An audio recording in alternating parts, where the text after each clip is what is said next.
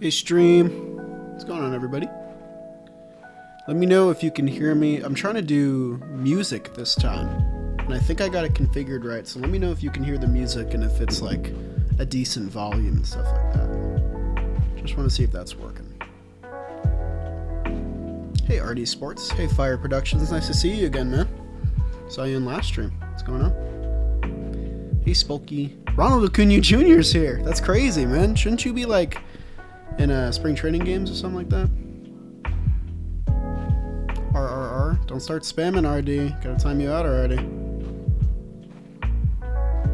Can you guys hear the music by any chance?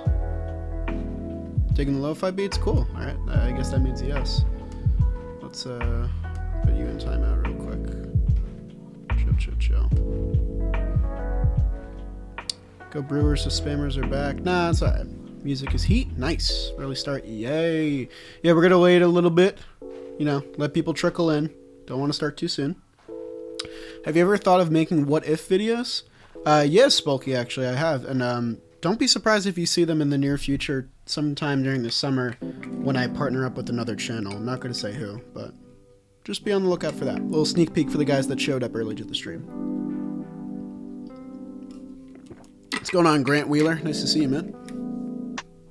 So you guys can hear me okay? Music's okay? It's all good? I'm glad to hear. That was the only recommendation I kept getting.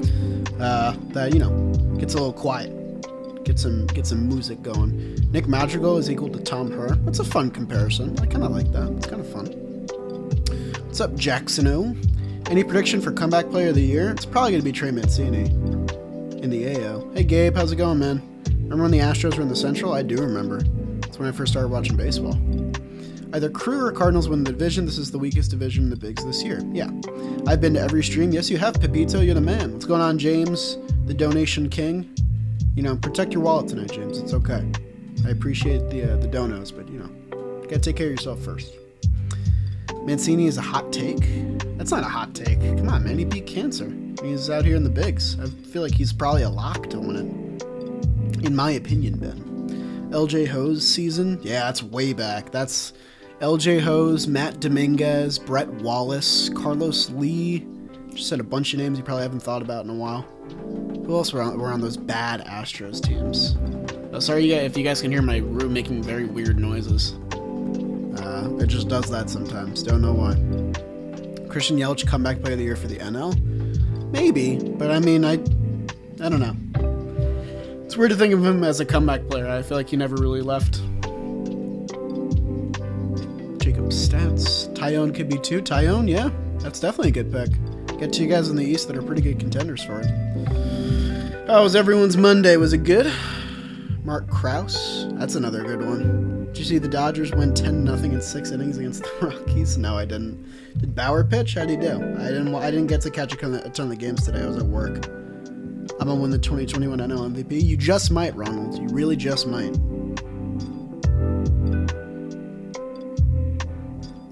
Ken Giles could be one too. I don't know much about his injury, actually. Isn't he out for the year? Am I wrong? Hira is at first base. What happens to Vogelbach? Vogelbach was second on the depth chart at first base. He's projected to not start because they have Hira at first, they have Colton Wong at second, Travis Shaw at third, and Arcia at short. Grant, I don't know who's in your profile picture. You think Kisner will catch much for the Cards? Yeah, once they get Yachty out of town. But, you know, Wally Wallet, let's fucking go. What's going on, JT? Nice to see you, man. Hi, Katie. How you doing? Nice to see you. That's IRL friend, Katie. Wow. Do you think? I don't think she actually loves baseball, though. I'll never forget the Nyjer Morgan dropping. Nyjer Morgan was such a head case. It really was. I think Milwaukee trades Danny at the deadline. Danny who? Who's Danny? Oh, Dan Vogelbach. Okay, that makes sense. I thought of him as Daniel. JBJ is taking forever to sign. I don't know. Sorry, I missed your last stream. It's okay. It's Waffle, dude. It's all good. You can't make him out to all. That's why I try and do him a few times. Key Brian Hayes is gonna win MVP? Oh, Rookie of the Year. Yeah, I think so. Key Brian Hayes is really good. Yeah, what Fire Production said. Like the video. A. Interesting career of Alan Craig. Alan Craig's career is not that interesting. He had one good season, then he flamed out. I'm interested in seeing if the Pirates somehow do worse than the Tigers. Tigers got 1 point in the AL Central stream. I think they're definitely going to get a point for Ke'Bryan Hayes and their closer. Richard Rodriguez is a pretty good pitcher. So don't be surprised if they get more than the Tigers, I'd say. Oh, Puig signs. I don't. I want that guy out of the game, personally.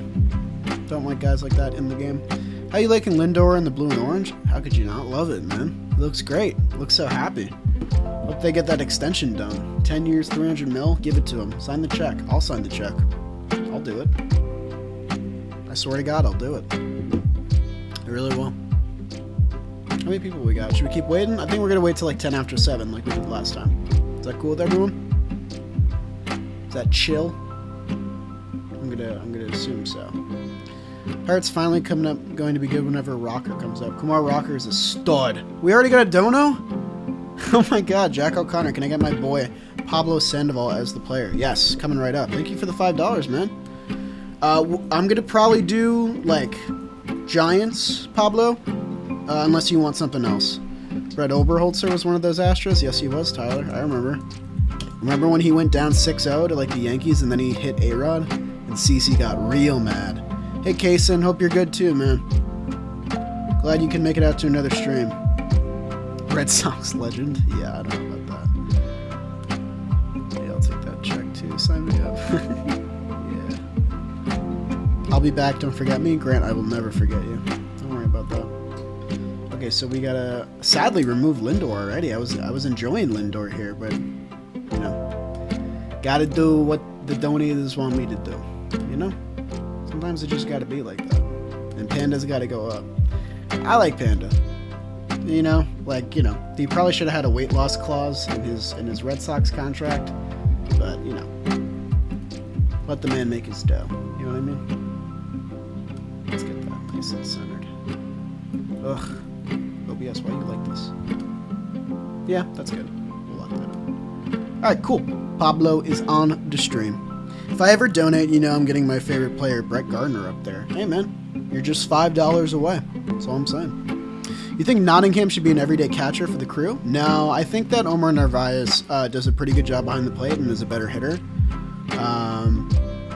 Oh, I forgot to say it. It's no longer highest donation. It's just any donation of $5+ gets you a player of your choice above my head. Also, I tinkered with stream latency, so there should be less delay this time, which is good. I keep forgetting to do the pin message thing. Artie, I got plenty of mods right now, but if I'm ever in a stream where I need one, you'll be my guy, promise. Just don't spam, please, alright? I had to sign me up before, don't spam. Don't like spammers. Coke is better than Pepsi? I don't know, they taste the same, they're just soda. Will Pujols get the Poppy treatment? Yeah, come on. Pujols is better than Poppy, in my opinion. In his prime? Come on. I mean, Poppy went out on top. Like, he went out with a really good season, and, you know, Pujols is Pujols now. But Albert Pujols is a first ballot Hall of Famer. Come on. Chris Bryant needs to bounce back season? Yeah, I think he will, though. It's Chris Bryant, man. He's going into his contract year, so he needs to play up his value. Get the bag. What's going on, Mecha Knight? Nice to see you again, bud. Let's check how many people we got going on this beautiful Monday night. See ya? You're already leaving RG Sports? It's not very mod of you, but alright. Wow, 52 already? Jeez. Hot take, Dietrich has a bounce back season. He's a really good fit for that Yankees bench. So yeah, honestly, I hope he makes the club. Because he can play a ton of different positions and stuff like that, so. I don't know. Glenn Williams GOAT? Yeah, Glenn Williams video, maybe coming soon. I don't know. It's a pretty good story. Weird story. Definitely a good one, though. Just came to say hi, Jolly. What's going on, Matt GS? Nice to see you, bud. I don't think I've seen you in a stream before. Welcome. Matt Carpenter bounce back season. He's not on this Excel sheet. He's not projected to be starting at any position. So he's not here, but yeah, I hope so. He could be good off the bench. Javi Baez's defense is incredible, but he needs to improve offensively. Yeah, his offensive stats surprised me. WRC plus under 100 when I did the research for his past 2 seasons. Cubs screwed over Bryant? I'm not sure how. That's a little interesting. Teacher can definitely bring the pimp jobs back. I mean, that short porch and right is perfect for him. He's a big pull hitter. So, you know, he can hit line drives over 300 feet. That'll be fine. So I think he'll thrive there. Hi, WMT. How you doing, man? Peter. Hey, Jelly. I'm glad to be a part of the stream. Peter, I'm glad you're here. I'm glad you're a part of it as well, man. Nice to see you. I don't know if I've seen you here before, so welcome if it's your first stream. 56. Very cool. Very cool. Service time manip. Oh, I didn't know that, Mekandai. Interesting. The Padres signed Todd Frazier, so we're guaranteed to win the Central. I mean, I'm not going to disagree. I mean, did you know that Todd Frazier is a New Jersey native? Whoa.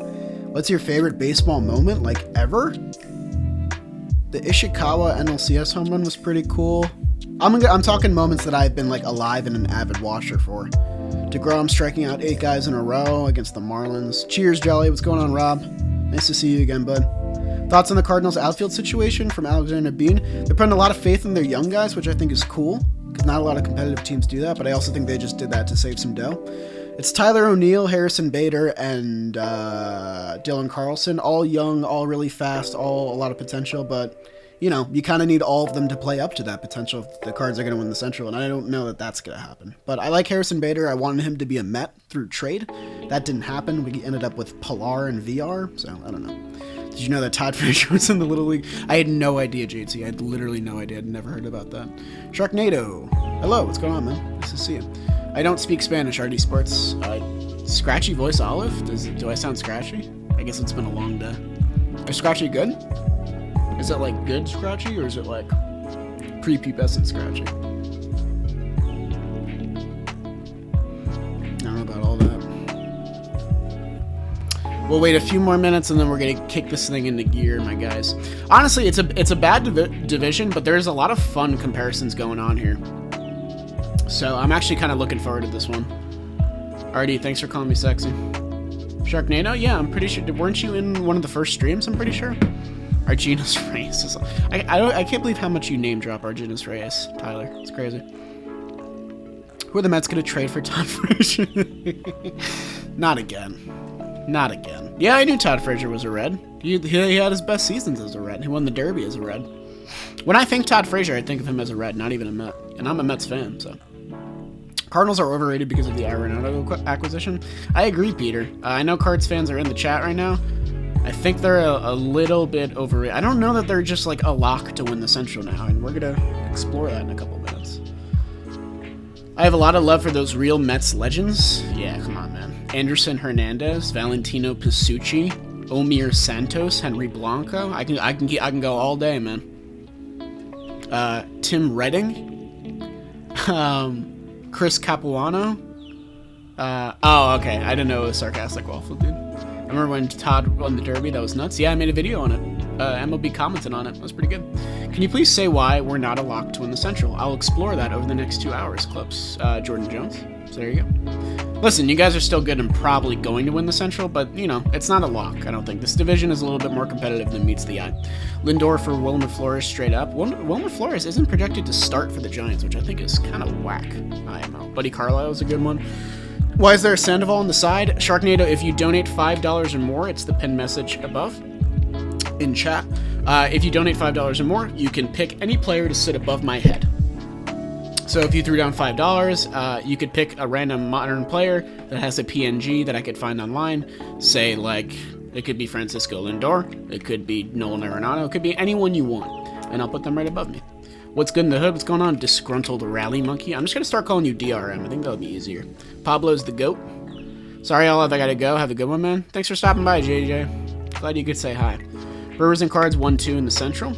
Will Myers. Yeah, Sharknado if you want. I could put Will Myers up there. Just need $5. That's it.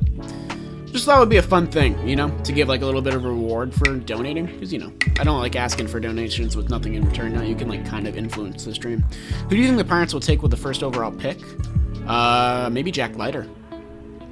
Jelly, you need to make a video on Mark Fidrich. Stark Irving Sports already made a great video on Mark Fidrich, so you should go watch that instead. Never forget RFK era Nationals. Yeah, Alfonso Soriano 4040. I hope Bellinger is good after surgery. Me too. DRM, Monkey Rally, whatever works. Nice, cool. Alright. Should we kick this thing into gear? Should we get it started? Let me see some yeses. Let's go. Let me see some let's goes. Let's get started. Let me see that. 55 watching? That's good enough for me. Dimitri Young Nationals. Alright, yeah. Ben, you can leave RDA alone. He's good now. That was coincidental. I watched the SRS Viz, but every MLB YouTuber should make video about it. Don't sleep on the Reds. They're sneaky good. IMO. Yes, I'm seeing some yeses. Wee. Let's do this. Zach Robinson. Nice to see you, bud. Jack, thanks for the dono. You're the GOAT. Yo, MH, you're the GOAT. Can you do a video on Bellinger's 2019? Maybe. Alright. I think we'll get it started then. Does that sound good? So for those who don't know how this works, I'm gonna give a brief rundown because we've been doing this a lot, but some people might be tuning in for the first time. What we do is we go position by position. We have catcher, first baseman, second baseman, third baseman, shortstop, left fielder, center fielder, right fielder, ace, number 2 starting pitcher, number 3 setup man, and closer for 13 different categories. We list their F4, which is their Fangraphs WAR, and then different offensive stats, which are their plate appearances, batting average, OPS, which is on base plus slugging, and weighted runs created plus, which is basically accumulated to balance out stadiums and different ballparks and stuff like that. We judge their offensive stats, their defensive stats, we chat for a while, and then we award them one of 4 things. There's a diamond player for very special occasions. These are your Jacob deGroms, your Garrett Coles, your George Springers. These are the guys that get diamond. They rise above the occasion. They're star players. They get your team 4 points. But normally in each category you'll see a gold, silver, and bronze for 3 points, 2 points, and 1 point. So normally 2 guys will get left off. And then we kind of tally up the points like over here. We tally up the categories. This isn't really telling of how I order the standings at the end because we will do a final projection, but it's just fun to keep track of how we voted in the position comparisons. Now I know it's only 13 players, but these are basically the 13 main players on the team, so it feels right to judge it based off that. But yeah, that's how these player comparisons work. If you have any questions, just toss them in chat, but without further ado, I think we'll get started on the catcher category if that's good with everyone. So, we got 5 solid catchers in the Central, honestly. This is not one of the worst categories I can see here. It's pretty evenly matched, in my opinion. We have Wilson Contreras at the top for the Cubs. 4.4 WAR tops anybody else. He's also played in the most games with the most plate appearances, highest OPS, and highest weighted runs created. Plus, he's been pretty reliable back there for the Cubs, even during their downswing a little bit. You also have Tucker Barnhart with a 1.5 WAR. Doesn't really do much with the bat, but he's super important to the Reds' pitching staff. The only guy he really didn't catch last year was Trevor Bauer, because Trevor Bauer had Kurt Casalia as sort of his personal catcher. But Tucker Barnhart is great at saving wild pitches and pitch framing and stuff like that, so he's very valuable to the Reds. That's why they've maintained him on the roster for so long.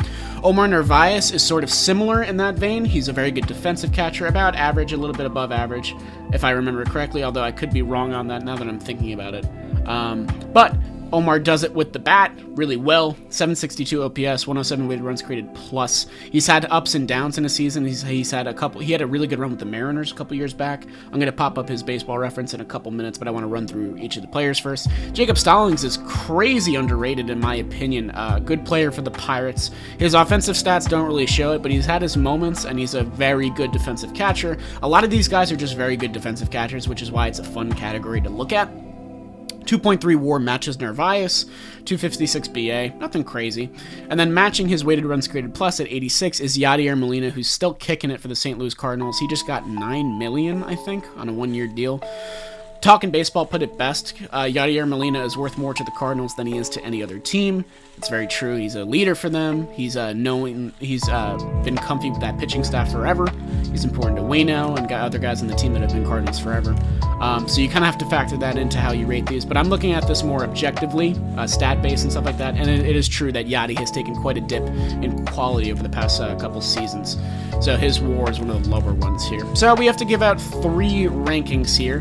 Contreras, Narvaez, Stallings, all big candidate. Barnhart has a great glove back there. So let's check out some baseball references first. I think I'm going to go tap into Jacob Stallings first, because he's the one that interests me, because we're not going to see the Pirates get a ton of love tonight.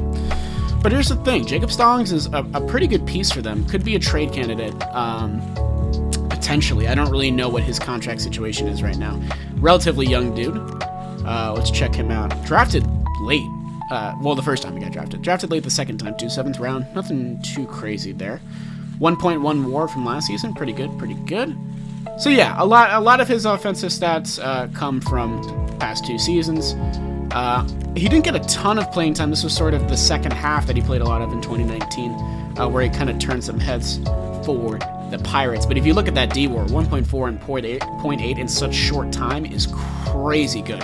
So Jacob Stallings is very valuable behind the dish for the Pirates, especially with that pitching staff that is not that good.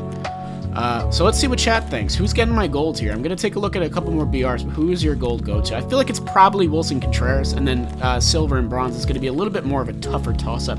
Let's check out Omar Narvaez, if this will load. Yes, it will. Let's see. Wilson gold, Barnhart silver, Narvaez, Stallings bronze. Yeah, okay, that Rally Monkey, that's what I was thinking, because I remember him having pretty bad savant stats, and then he kind of turned it up last year, but he kind of exchanged that for a poor offensive performance, which is interesting, because if you look back to this 2019 with the Seattle Mariners, 22 bombs, 278, 813 OPS, 119 OPS plus, pretty good. His D-WAR in that great offensive season was negative. His D-WAR in the 2020 season was positive, only by a smidge. So I don't know. You don't really know what you're getting with Omar necessarily. So maybe Nottingham is a candidate to usurp him in that position, especially if he doesn't turn it up in the 2021 season when the Brewers really need him to, with their lineup being kind of thin. So Contreras is probably our gold there, just because he's been the most reliable. I think most of you would agree with that. Wilson's getting the gold. So I'm going to go ahead and give him that. That's 3 points for the Cubs that I'll mark in a little bit. But now we got an interesting call here between Narvaez and Stallings. I don't think it's Yadi. I don't think Yadi makes the cut here, personally. Yadi's been slowly declining. I don't think he's going to turn in a fantastic offensive season.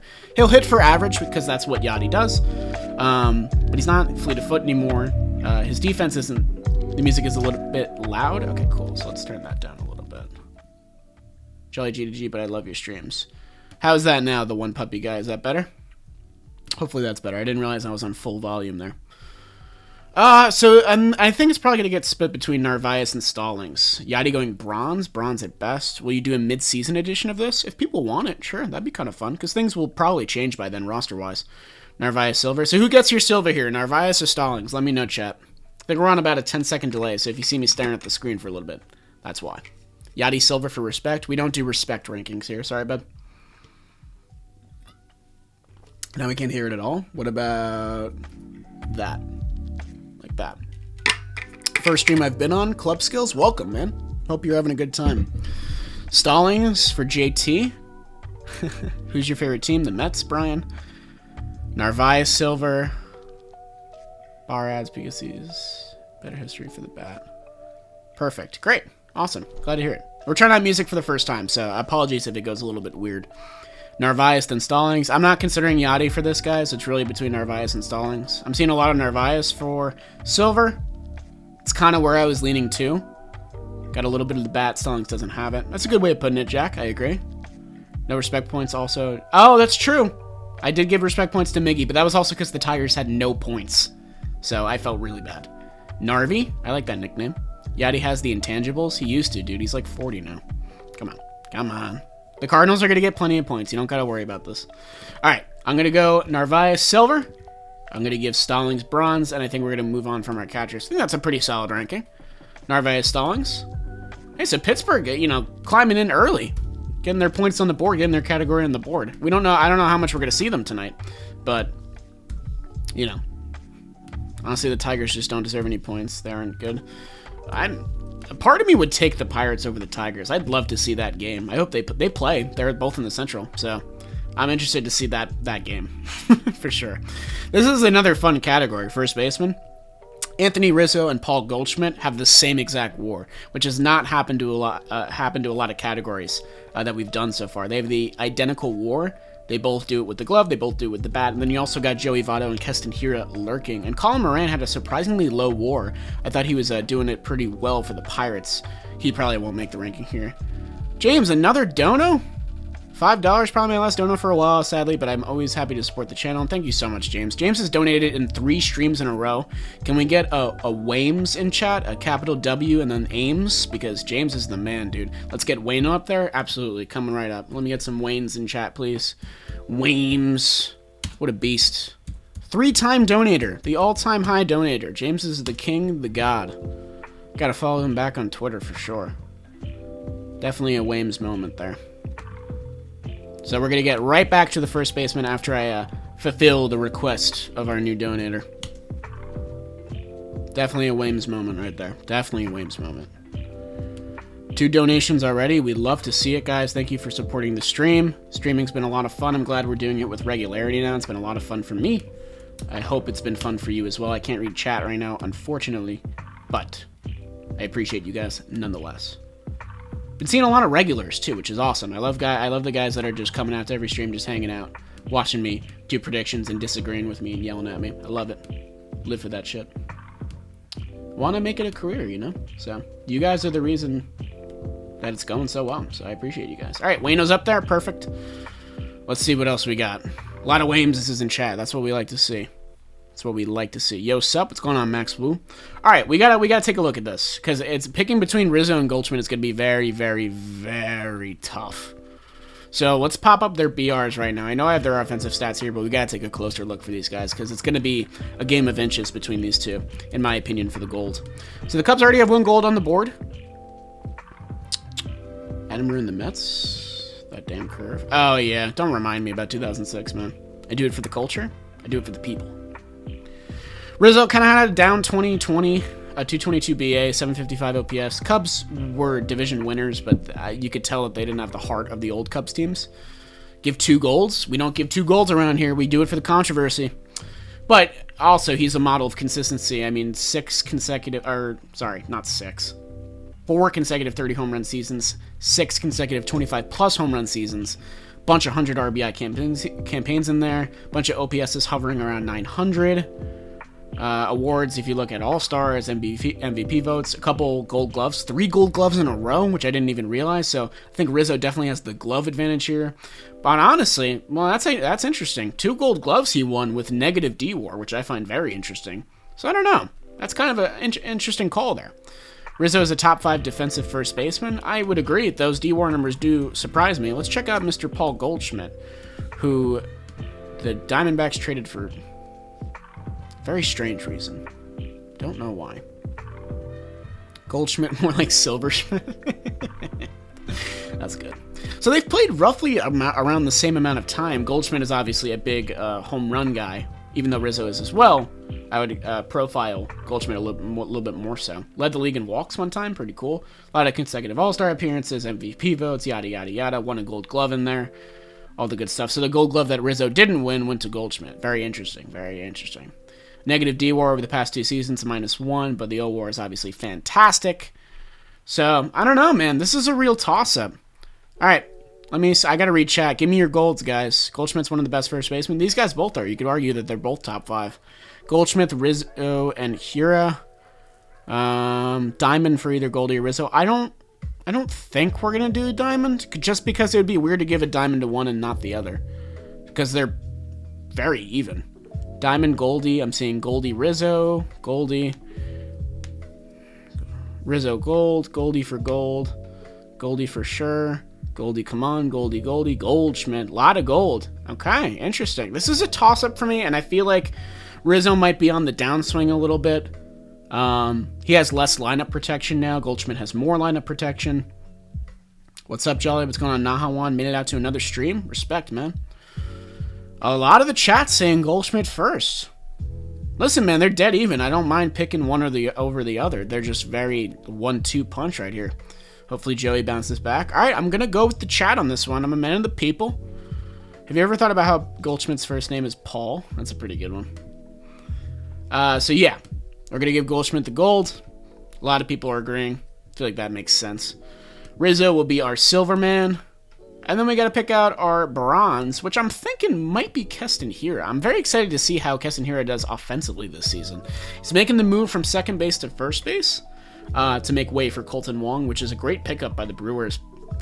No one went after Colton Wong, which I thought was bizarre. But we have him here, and we have Joey Votto here. Joey Votto is getting up there in age, so I might have to pick the upside here. Let's check out Keston Hiura's BR real quick, though. Never hurts to check out the BR, right? Votto bronze. Send me your picks. Here are Votto. I'm going to take a look at the stats first.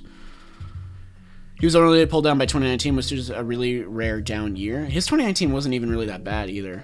I mean, he struck out a lot. Let's see. So 212 BA last year, not great. 707 OPS. Led the league in strikeouts. You don't like to see that. But his rookie campaign was fantastic. 938 OPS, played half the season. 19 bombs. Stole some bases, drew some walks.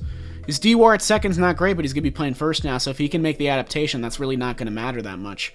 And we've also talked about the other two guys with negative D-WAR, so, you know, that's his competition. I feel like it's probably Keston here. I'm not going for a lot of legacy picks. That's why you didn't see Yadi get in, and that's probably why you don't see Joey Votto get in here either. So I'm going to give Keston my bronze. I feel like most of you probably agree with me there. We're not going for seniority picks, though. This is not a seniority stream. We're going with the objective stats, the guys who are going to be having the best upside going into 2020. Let's see what chat says. Keston had an awesome walk-off in 19. I don't know if I remember that, actually. That's 1 point for the Brew Crew. That is 2 points for the Cubbies. And that was 3 points for the Cards for Mr. Paul Goldschmidt, who got the gold like it's in his name.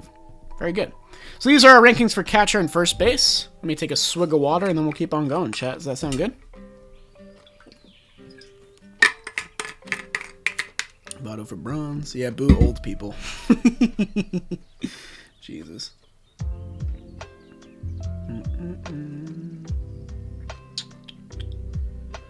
Let's see. Drink that agua? I will, bro. Nice sip. 70 people watching. Very cool. Welcome to the stream, guys. Nice to see you. Nice to see you. Very cool. Boomer Zoo. 1 sec. I apologize. Alright. Second base, shall we? Sorry if the sip was big in the mic. Alright. Your players here don't include Nico Horner, in my opinion. Your players include Mike Moustakas, Colton Wong, Tommy Edman, and a little bit of Adam Frazier. We're going to take a look at that. But I love Colton Wong. Love Colton Wong. It made me really frustrated when Colton Wong couldn't find a contract. It was infuriating, honestly, because Colton Wong's a fantastic player with one of the best gloves in the game. I am super inclined to give him my gold here. I'm going to, we're going to check out some BRs first, but, like, when I think of second baseman in this division, I think of Colton Wong. I still think of him in a Cardinals jersey. But let's go ahead and check him out real quick. I feel like he just does a little bit of everything, which is why I like him so much. He's one of my favorite players to watch. And I think he's a huge pickup for this Brewers team, a much-needed pickup, because they were going to roll out with Keston at second base again, Dan Vogelbach at first, and then Travis Shaw at third for a very bad defensive infield. Colton Wong comes in and changes the whole equation for them, so I loved that pickup. Had a great 2019 with the bat, 784 OPS, considering his standards, the best OPS he had seen in a couple years, and, the most plate appearances he had seen since 2015. Came back in 2020, had a pretty good year, 1 dinger, nothing too crazy. OPS was kind of low. But then you look at these D-WAR stats, 1.9, 2.2, 0.8. You love to see that kind of thing. So Colton Wong, definitely a gold contender here. Let's check out the other half of it, which is Mike Moustakas, who I still don't really think of as a second baseman. He'll always be a third baseman for the Kansas City Royals in my mind. Maybe that's because we faced him in the World Series, because I'm a Mets fan. But we all know Moose can do it with the bat, hits a ton of bombs, 35 in 2019, 845 OPS, and OPS near 800 in 2020. They don't have Urias at third. They have Travis Shaw at third. They're banking on the comeback. So, yeah, do with that what you will. Wong really gave the Cards the finger by sign. But, like, it was warranted, dude. The Cards didn't even extend him an offer. So, of course, I would go sign with a division rival. F them, man. Negative D-WAR in 2020, average in 2019, 2018 was last time he was positive. I'm pretty sure he was still doing it at third base then. I'm not sure. But yeah, so his glove doesn't really do it for me, and his bat, I'm sure, is on a little bit of a decline now. We're seeing a lower average. His OPS will always be good because it's Mike Moustakas. He can hit for power and extra base hits. And then you got 2 other guys here, Tommy Edman and Adam Frazier. Tommy Edman does it with the glove. He has a great sprint speed. I know that. His WRC Plus is pretty good, hovering around Mike Moustakas. But it's going to be his first time not really being a super utility guy. This is going to be his first time, basically being a starting caliber player. Which was a little bit surprising because, they can't put Matt Carpenter at second. So Tommy Edman was the obvious choice to move there. Moose is evil made the Blue Jays lose in the LCS a little bit. Wong for gold, I agree. I changed my mind. Moustakas, Wong, Frazier for disgruntled. Very interesting. So let's think about what the teams need. I don't necessarily believe that the Reds need a big power bat. Yeah, I bet we got chill a little bit. What was I going to say? I lost my train of thought. Oh, So Moustakas is a great power bat, but I don't necessarily believe that the Reds aren't a huge necessity for them. I don't believe that he fills a void on the Reds that wouldn't be, you know, totally replaceable, that kind of thing. Kolten Wong, on the other hand, is a much-needed defensive specialist for the Milwaukee Brewers, that middle infield. The middle infield of Wong and Arcia is fantastic, but when you have Arcia's bat, you kind of need a bat to make up for that, and I think Wong does enough offensively for the team to be more valuable. I believe that Wong is more valuable to the Brewers than Moustakas is to the Reds, if that makes sense. So that's why I'm more inclined to give him the gold. Let's see. Yeah, but Ben, people can have their own opinions. It's okay. As long as they're not being malicious to other users or malicious to me, I think you just let them go. It's all good. Wong, Mike, Tommy, Adam Frazier is a top 10 second baseman? I don't know about that. We can check it out.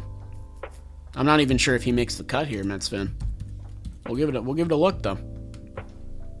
Tommy Edman is like the Cardinals version of Jeff McNeil. He's like Diet Jeff McNeil. But I see the comparison there. Can play a bunch of positions.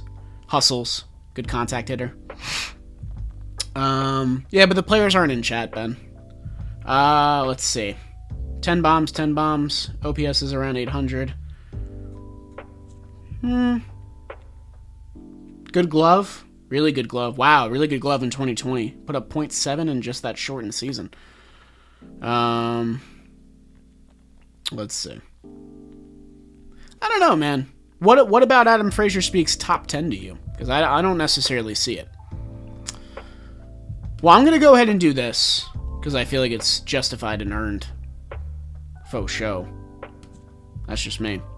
You guys are welcome to disagree. But I think Kolten Wong gets my gold here. Moose would have to follow up, for sure. Defensively, he's really good. Yeah, he is. I would still take, Wong's glove and bat over him, though. So I guess he's like Diet Kolten Wong. So then we are left with Adam Frazier and Tommy Edman. So it's kind of a toss-up between the two.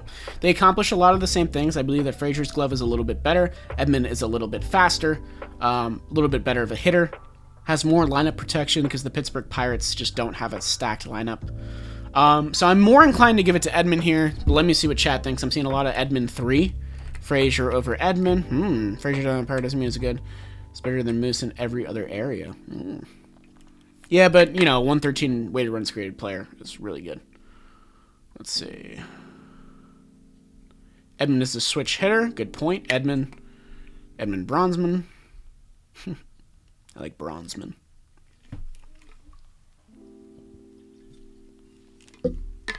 Give the Pirates love. I'm seeing it pretty split. Edman and Frazier. If we're talking upside, here's the thing. So Frazier's been on the field more, and Frazier is playing to get traded because he's going into a contract year. Edman maybe is feeling the pressure a little bit more because he's going to be a starter for the first time. Edman has a decent glove, but Adam Frazier has a fantastic glove, like a Kolten Wong level glove. Well, maybe not quite Kolten Wong, but, hovering around that area. Their offensive stats are pretty similar. Adam Frazier kind of had a down 2020, which sinks him a little bit. You got to give it to Edman here. The Cardinals flow through him. Edman bronze. Edman still has a decent glove. It's tough. Definitely is tough. But I think I'm going to go with my gut. I'm going to go with the higher WAR player. I'm going to give it to Tommy Edman. I like Adam Frazier, but that down 2020 kind of sunk him a little bit. It's close. It's definitely close. But I'm going to give it to the contending team here. Just did a metrics check. Borderline top 10 at best. Average hitter, well above average defender. Yeah, I thought that might have been a little bit of an overestimation. But that's okay. That kind of thing happens. So the Brew Crew currently has the lead. Moustakas got the Reds, the silver. They're on the board. And like I said, this division is competitive, so you're going to see these pretty close the entire time. We have a 6-5-4-1-2 here. So everyone's on the board. Everyone's competing. The Pirates still have some players left, so they're going to get some more rankings. I think they're definitely going to get a ranking for closer, and I think you're going to see Keep Ryan Hayes get ranked here. So I'm going to go ahead and I'm going to do this. And I want to see what chat thinks. What do we think? I think Nolan probably deserves the diamond. I'm going to keep my eye on it. Ben, let's see. Yes, sir. Yes. Let's see. Yep. Cool. Duh. Yes. All right. 100%. Cool. Very cool. Very, very cool. Wow. All right, cool. We're unanimously agreed upon then. We'd love to see that. Best third baseman in baseball. I don't know about that. Definitely a top 3. I will say Arenado's down 2020 most likely had to do with his situation with the Rockies. Probably wasn't playing his best baseball because he wasn't motivated to do so. I think this new opportunity with the Cardinals is going to do wonders for him and the team, of course. He's still a diamond in my mind for what he does with the glove and the bat. It's going to be interesting to see him hit outside of Coors, but I'm not a Coors effect guy, especially when you talk about guys like Arenado and Story. Arenado's definitely a diamond in my opinion. I'm glad we can all agree upon that. Now, the tough part is going to be who gets the silver between Bryant and Suarez. I'm going to go ahead and I'm going to give Ke'Bryan Hayes my bronze, because Ke'Bryan Hayes is very good, but he's also still unproven. 95 plate appearances, but he raked when he was with the Pirates. A 195 weighted runs created plus in the games that he played is nuts, but he played half the 2020 season. They're high on him. They're talking about giving him an extension. I think he's already earned it. I would give him the money, especially because the Pirates have no players on the books in 2022 besides like Gregory Polanco and Felipe Vasquez, who's in jail. So locking up a guy like Ke'Bryan Hayes for the future, a good call. Travis Shaw, disgusting WAR, disgusting offensive performance, but I will say I believe that he's capable of a comeback in 2021. He's going back to his home, the place where he had his best seasons.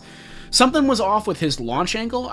Apparently that his launch angle increased by 13 degrees or something like that, and it was also the season where he struck out the most with K percentage in 2020, kind of rattling this off the top. But the point is, if he can adjust his swing to not try and hit so many bombs and just do what he does best, hit for doubles and stuff like that, Travis Shaw will bounce back, probably hit 250, maybe 25 bombs, be very serviceable for the Brewers. His only detriment is his glove. But yeah, I think he's a solid pickup for them. I would have liked to see them go get Justin Turner or Michael Franco, but Travis Shaw is just fine. It's kind of the Brewers' way. It's how they do things over there. So now we got to talk about Eugenio Suarez and Kris Bryant. My brain says Kris Bryant, but the offensive categories say Eugenio Suarez, also the WAR, which I thought was interesting. So we're definitely going to check out the BRs here, take a look at what's what. What's chat saying? Come on, Gold Bryant. Let's see, Gregory Polanco. Oof, yeah, I agree. Bryant Gold. Bryant is good, although he hasn't really been the same since 20. Let's check out Bryant first. We're talking a lot about Bryant in chat. It's Bruant, so you're not going to find a player named Bruant, unfortunately. Brewers were all in on Turner. Dodgers just had more money. Yeah, Turner was never going to leave, which is unfortunate. He really never was going to. He's a SoCal guy. He was born and raised there. It's just kind of in his blood, and he won a World Series with them. I don't know why you would leave, but it would have been a game changer if the Brewers got him. I still think they should have went out and got Michael Franco. They can still do that. Michael Franco had a pretty good 2020. I think would be a better option than Shaw. Can't switch hit. Glove's not great, but I still think better offensively.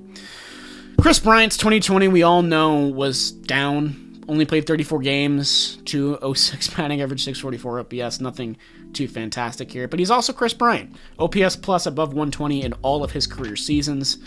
An all-star a bunch of times. 30 home run guy. 100 RBIs in 2016 when they won the Cup. I don't know why I called it the Cup. It's the World Series, man. What am I talking about? D-WAR, not great. Negative for most of the years he's been in the big leagues. It was positive last year, so that's always a plus. O-WAR is pretty good as well. Kris Bryant, one of the more fun players to watch. Entering a contract year, you have to factor that into 2021 performance, because you got to believe that these guys will be more competitive, trying to be playing up their value a little bit more heading into a contract year. So there's going to be a lot of suitors for Kris Bryant, but maybe less for less money if he doesn't perform again in 2021. It could be a sign of regression. Eugenio Suarez, one of the quietly good third basemen in the game. Send something in chat if you also forgot that he hit 49 home runs in 2019. I totally forgot that happened. But he's also a boomer bust guy. He also led the MLB in strikeouts in his 2019 campaign. 49 bombs, 103 RBIs, and 930 OPS. MVP votes galore, of course. Would Savant crash my computer? Yeah, probably. With music going and already streaming. When I get a new rig over the summer, we'll be able to tinker around more with Savant and do more stuff like that, have a higher quality stream. But for now, I'm at college, I'm with my laptop, so unfortunately it's just going to be this. With that being said, Suarez put together a lot of good offensive campaigns in a row, 3 to be exact, 2017 through 2019. Took a step back in 2020, for sure, 781 OPS. Still hit a decent amount of bombs for 57 games.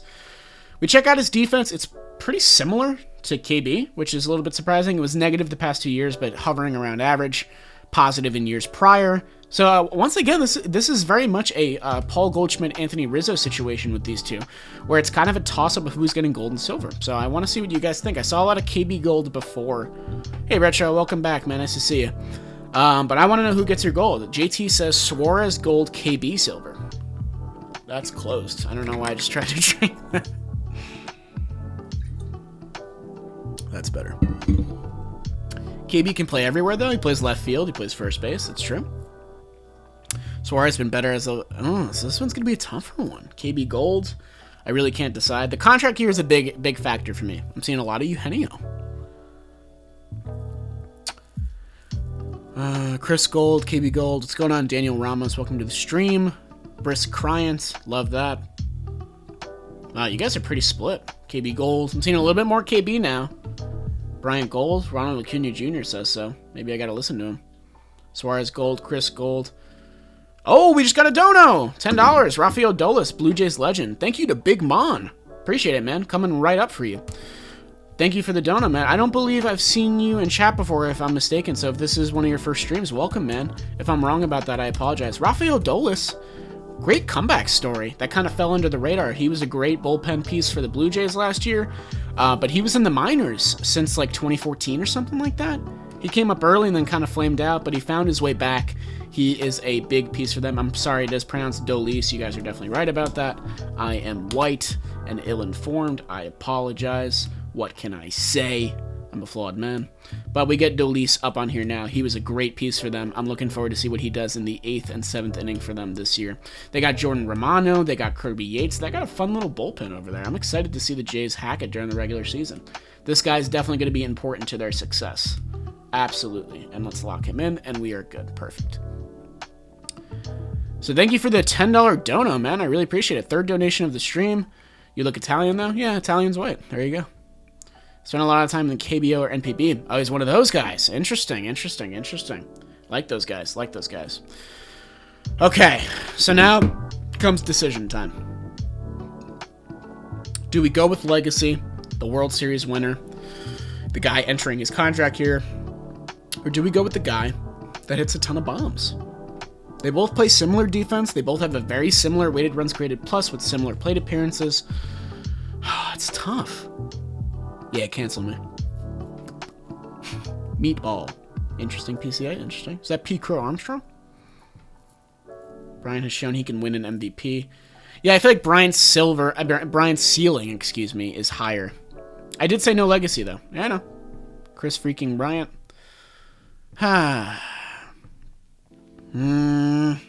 It's tough. I'm going to go with Chris Bryant. I'm going with my gut. I apologize to anybody who voted Suarez, but to anybody who feels like I'm slighting the Reds a little bit here. But I'm just not as attached to boom or bust players, and I feel like that's who Suarez is. Big strikeout guy, big home run guy. Their gloves are similar. I feel like KB has a little bit more to play for this year because the Cubs, I feel like, will be a little bit more competitive than the Reds will be. And I feel like KB has a little bit more lineup protection. 90 viewers, very cool. Thanks for reminding me, Retro. So we give 2 to the Reds for that one, for Eugenio Suarez. We give 1 to the Pirates, who have 2 points on the board. Let's go, baby! Let's go! And then 4 to the Cardinals, who jump out to tie after their diamond for Nolan Arenado. First diamond of the stream. I'm going to let the stream breathe a little bit. Give me 1 second, guys, as we head into shortstop. Shortstop is a... Lucas Duda was boomer bust, and I did not like watching him play, for sure.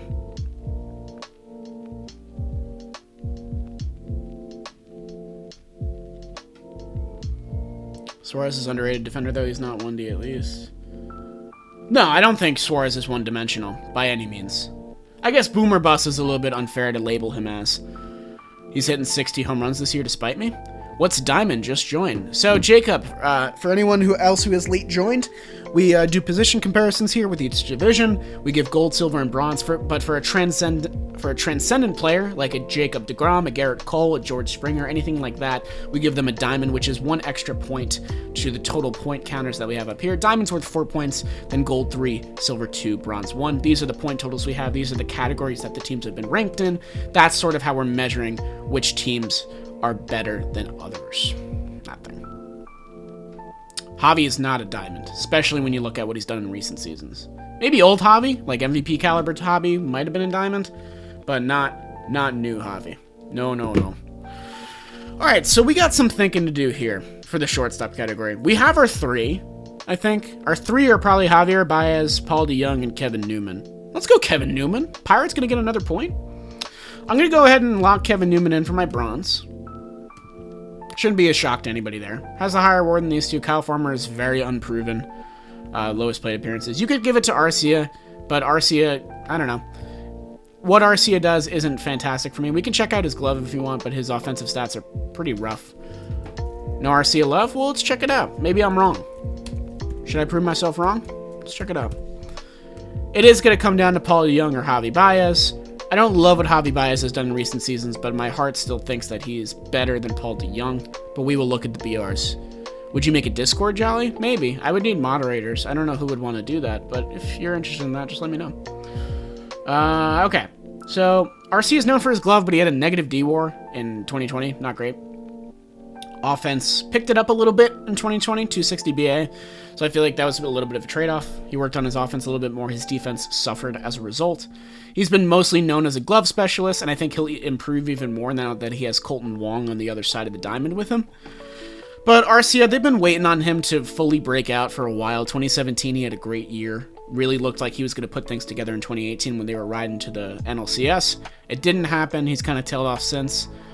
Playoff RC is clutch, kinda. Yeah, but Kevin Newman does it a little bit more for me. We're gonna check him out. He's a batting average merchant kind of guy with a good glove. Type of guy I like to watch play. Sort of flies under the radar. I'd be a mod for Discord, and Javier's walk rate makes me want to run. I'd mod you. Oh, okay, we got a lot of people that would mod. That's cool. It's dope. Kevin Newman had a fantastic 2019. 308 BA, 800 OPS, 12 bombs. Definitely flew under the radar, 16 stolen bases. All stuff you like to see. Let's see how he did with the glove.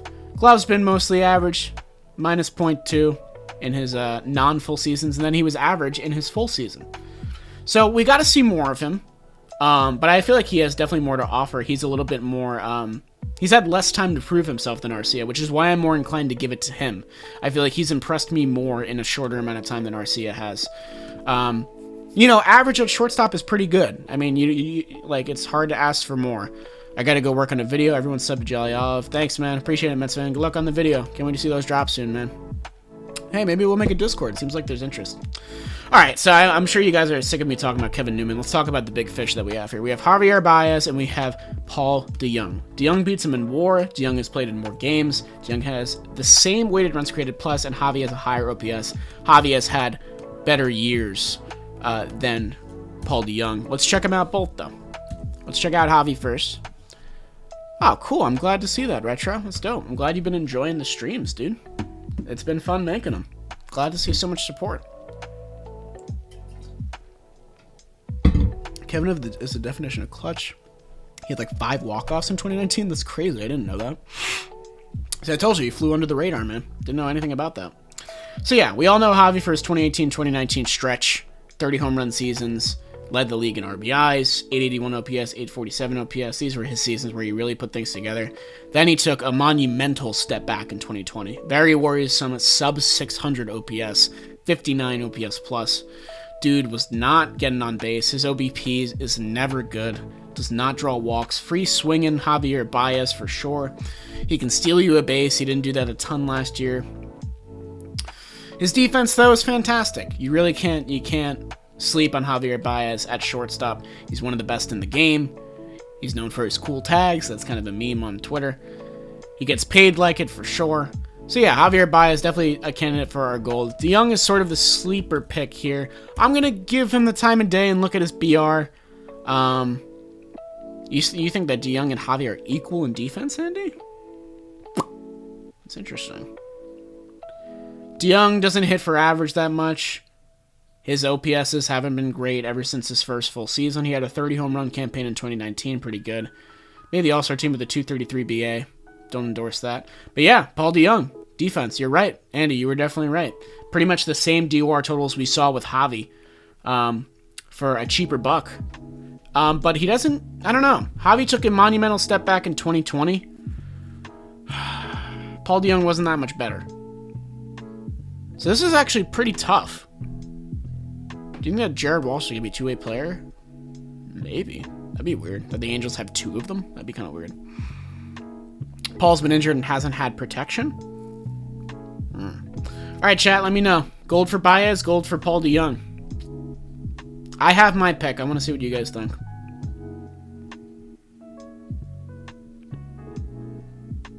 Javi's going to make a comeback. He's too talented. I definitely don't think you're going to see another sub 600 OPS from Javi. We got another dono! Blue Jays legend Michael Brantley. He was on the Blue Jays for a second. He definitely was. People keep donating while I'm asking chat for their gold picks. I feel bad. Thank you, Lewis Foster. We've been buddies on Twitter for a while. I really appreciate the dono. We're going to pick our gold after. Let's see. I'm seeing a lot of I'm seeing a lot of gold for DeJong as well. This is going to be close. Hope you guys don't get mad at me. I'm going to do this first to stall time. Our fourth donation of the stream, though. That's awesome, guys. Thank you so much. We've already matched what we did last stream in terms of total donations, which is awesome. Feels like it's getting more and more every time, which is really cool. I just like that everyone's so supportive. I really appreciate it. You guys don't have to you didn't have to donate money, and you did anyway. All right, Michael Brantley's going up. Let's get him up really quick. I can't read chat for a second, so if you say something and I miss it, I apologize. I'm going as quick as I can. I'm getting pretty quick with this because I have to do it so much now. It's kind of fun. I like it. Let's see.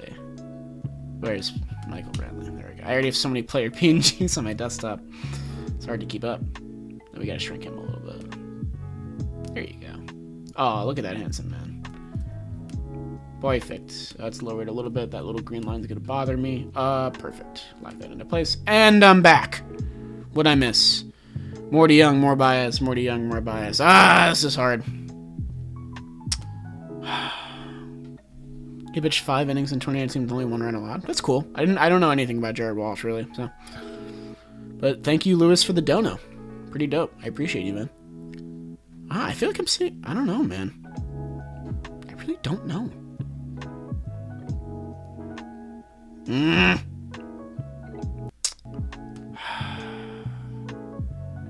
I feel like I'm not going to give the Cubs a ton of love on the rest of these guys. And my heart is telling me that I'm going to give it to Javi here. I don't want you guys to think that I'm a Cardinals hater. I'm really not. But they do very similar things with the glove, and I just kind of believe in a breakout 2021 for Javi more than I do for Paul DeJong. Paul DeJong is definitely going to get more opportunities with runners on because of how good the Cardinals lineup has gotten. But I'm still going to give it to Javi. If you want to tell me I'm stupid in chat, I understand. I definitely understand. Let's go Pirates, though. 3 points. I love that the Pirates are doing okay. They're hanging in. They're close to Cincinnati. It's kind of funny. 2 points for the Cards. The Cards and the Cubs are they're close-knit. I thought the Brewers would be a little bit more competitive. But they've gotten, what was it? A silver, a bronze, and a gold. No love on Travis Shaw. No love on Orlando Arcia. Okay. I'm going to go ahead and do this. Let me know what you think. Let me know what you think. Javi still has an MVP ceiling. Maybe not MVP, but MVP votes ceiling. MVP votes, which are, I believe they're two different things. Like, if you finish 10th in MVP voting, doesn't necessarily mean that you have MVP caliber play, which sounds weird. But there are guys that deserve MVP votes that maybe don't deserve to win MVP. Cool, I'm glad I'm seeing agreement. This is, like, non-negotiable for me. Yelich is a diamond. His odds, by the way, I don't know if we have any sports bettors in here. His odds on winning MVP for the NL is plus 1,500 on FanDuel. So if you bet $1 on him winning MVP, you win $15. So that's looking like free money to me, in my opinion. I'm gonna put like $25 down on that. Because like he had the same MVP odds as Gleyber Torres does for the AL, which I thought was really, really weird. So yeah, if you're into sports betting, definitely keep on the lookout for MLB awards betting because Yelich has really good odds at MVP. He's gonna get my diamond. I'm pretty sure that didn't offend anybody in chat, which is what I like to see. And then we got an interesting category after this. We have Jock Peterson, who, hey, what's going on, Quotes? Nice to see you, man. We have Jock Peterson, who will hit you a bunch of bombs. Jesse Winker's been doing it with the bat for a while now. He's kind of established. I believe he was DHing last year for the Reds. He won't be doing that this year. He'll be in left field. I love Brian Reynolds. I think he's very fun. if I remember correctly, he kind of had a down 2020. But he could be even a contender for silver here. And then Tyler O'Neill, who hasn't really done it with the bat, has a great sprint speed, kind of needs a full season to put things together, but I don't think you can argue to put him in contention here, just on account of that he hasn't really proven himself yet. So it's going to come down to a Winker Gold or a Peterson Gold and probably a Bryan Reynolds Bronze. But let's check out him first. Let's check out Bryan Reynolds. I love Pillsbury Doughboy body. Another dono? Jacob deGrom is unbelievably good. 420. Thank you, Peter. I can't pop him up because the rule was the $5 donation, so I apologize for that. I don't know if you saw that, if you wanted him up there. But another donation, thank you, man. Peter, you're very much appreciated. I know we were chatting at the beginning, so I appreciate you. Thank you for the $4, man. Very cool. Another dono. Wow. You guys are awesome. I have the best. I don't want to call you guys fans. I have the best homies. Baseball homies. I like that. Let's see. So, Reynolds is another guy that kind of did it in 2019 and then took a step back in 2020. Okay. That's what I'm remembering. It was his rookie year. He finished 4th in Rookie of the Year voting, a 130 OPS plus, 880 OPS. Really, really good. Plays a lot of positions, middle infield, third base, left field, center field. Bryan Reynolds is everywhere. I love watching guys like Bryan Reynolds play. But I don't think that he's on the echelon of Winker and Peterson, unfortunately. But it's going to be another Pirate that gets ranked, which is what we'd like to see.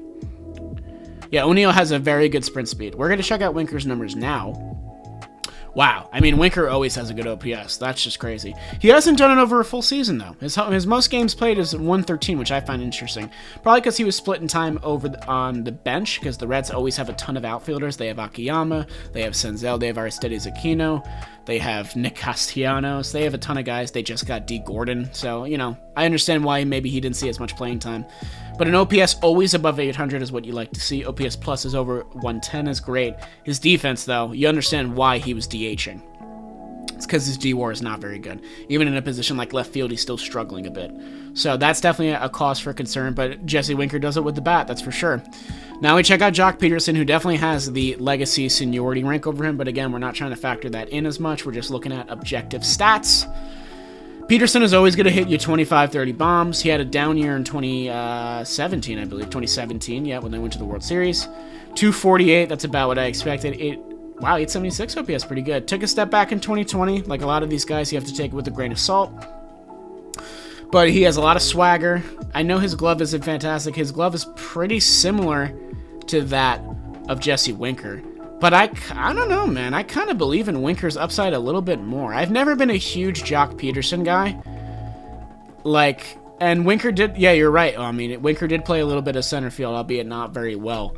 I feel like I'm a little bit more inclined to give Winker my gold here. Is that weird? I don't think of Jesse Winker as a gold caliber player, but then again, I definitely don't think Joc Pederson is. Peterson is basically Kyle Schwarber. I would agree with that. I think that's a pretty good take. 100 viewers? Hey, what's going on? Thanks for chilling on your Monday night. Hope you like my rankings. We're going to do, if you missed the first part of the stream, but you're planning to hang out, we do a recap at the end, so you'll get to see how we've ranked everyone. Right now, we're discussing Jesse Winker over Joc Pederson for gold and silver. So you're just grading, ranking every position. Not trying to criticize you, I'm just asking. Yeah, Hunter, that's what we do. I basically list out offensive stats, and we look at Baseball References pages for each division and each position, and we rank them gold, silver, bronze, and then the occasional diamond for somebody who is above the crowd a little bit, like a Christian Yelich or a Nolan Arenado. Those are the two guys that have gotten diamonds today. And those guys get an additional point. We do point totals. I'll show you that in a second. Joc is more proven. Yeah, but I don't love what Joc has proven to me.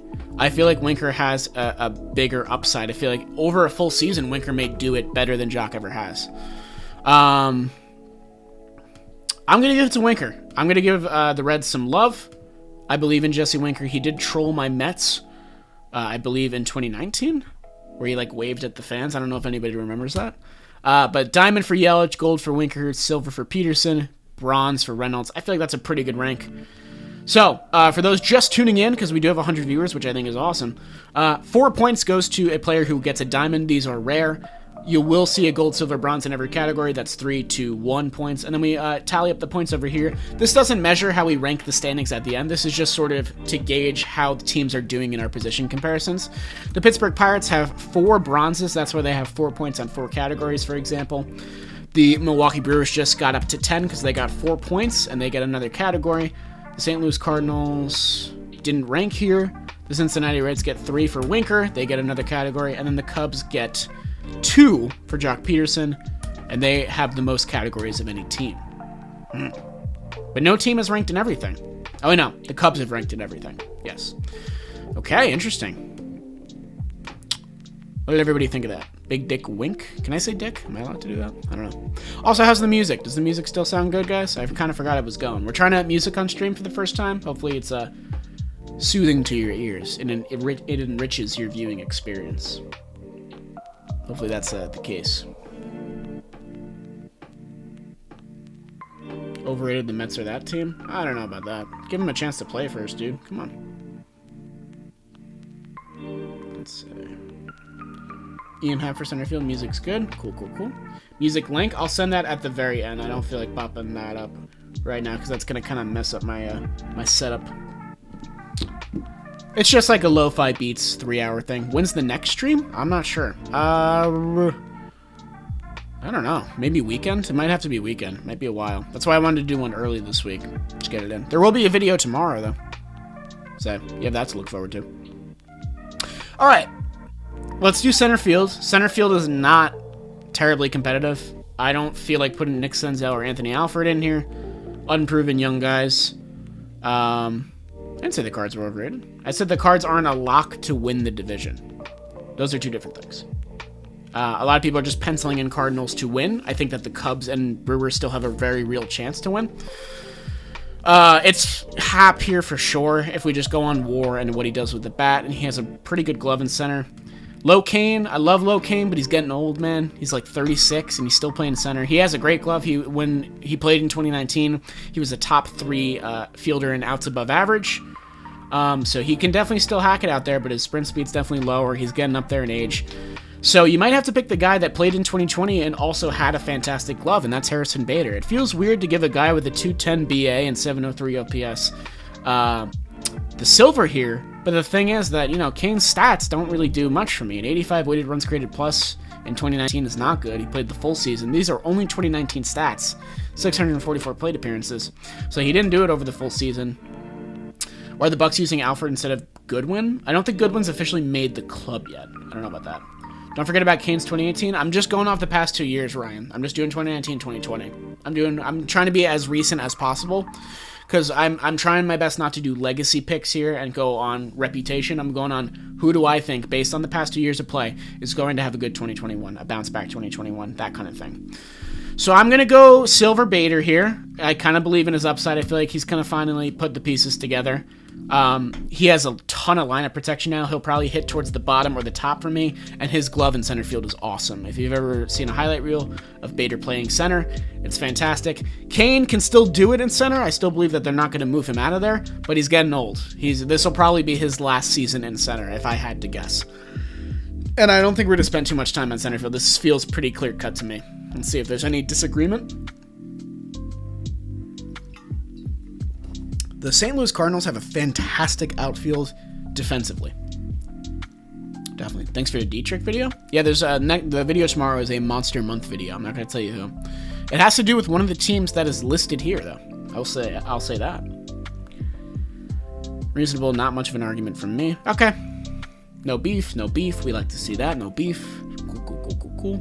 Kane over Vader? I don't know, man. Kane over Darth Vader? That's a solid. Let's see. Who do you think comes out of the Central Division? One team. Just one. I don't think there's a wild card team here. Do you think Senzel will be traded? Maybe, man. I don't know. He's running out of time to prove himself. He's had a decent amount of at-bats. Good guess, Super. That's all I'll say about that. Alright, so we're going to award these real quick. It was 2 for the Cards, who get their 5th category. It was 3 for the Cubs, who have jumped out to a nice little lead with their 6 categories. And then it was 1 for the Brewers for Locane. So these are really your three teams to watch. It's the Brewers, it's the Cubs, it's the Cardinals. Cincinnati should be higher up, but I don't know what they did this offseason, man. I just don't know what the plan was. They never got a shortstop. They never got a seventh inning guy. They never filled out the end of their rotation. They frustrate me because they have a lot of really talented pieces, and they just did not put them together at all. This will be our last offensive category. After this, we have 5 pitchers to rank, and then we'll wrap up from there. You're editing while watching a Jolly Olive stream, two of my favorite things. Let's go, Retro. Hope you drop that soon. Looking forward to it. Sammy Sosa, Monster Month. I'm trying to do, for Monster Month videos, by the way, I'm trying to do players that kind of, those were like peaks for them, if that makes sense. Like, we could do a Sammy Sosa Monster Month or a Barry Bonds one, but we all know how good those players are. I want to do the guys that turned it up for a month randomly and then just kind of went back to the normal show. I like doing videos on players that people don't really think about as faces of MLB on my channel. That's just what people seem to respond best to. So that's why I have videos on like Brandon Morrow and like Cedric Mullins and Ahmed Rosario. That's why those guys get profiles. It's just what I like to do. So now we're on to right field. Can I ask you a favor? Since you gave Miguel Cabrera a legacy point, can you give Pujols a legacy point? Well, I don't know, man. Pujols has had the worst WAR of any player from 2019. The worst WAR. He's been the least valuable player. Legacy can only go so far. We'll see. We'll see how that comparison measures out, but that's for another day. Our last 2 divisions after this one are AL West and NL West. I'm going to do AL West first because NL West is going to be a fun one to do. I want to save that for last. So AL West will be the next stream, so we'll see. Chris Colabello's odd year included steroids, so I'm not too inclined to do a video on that.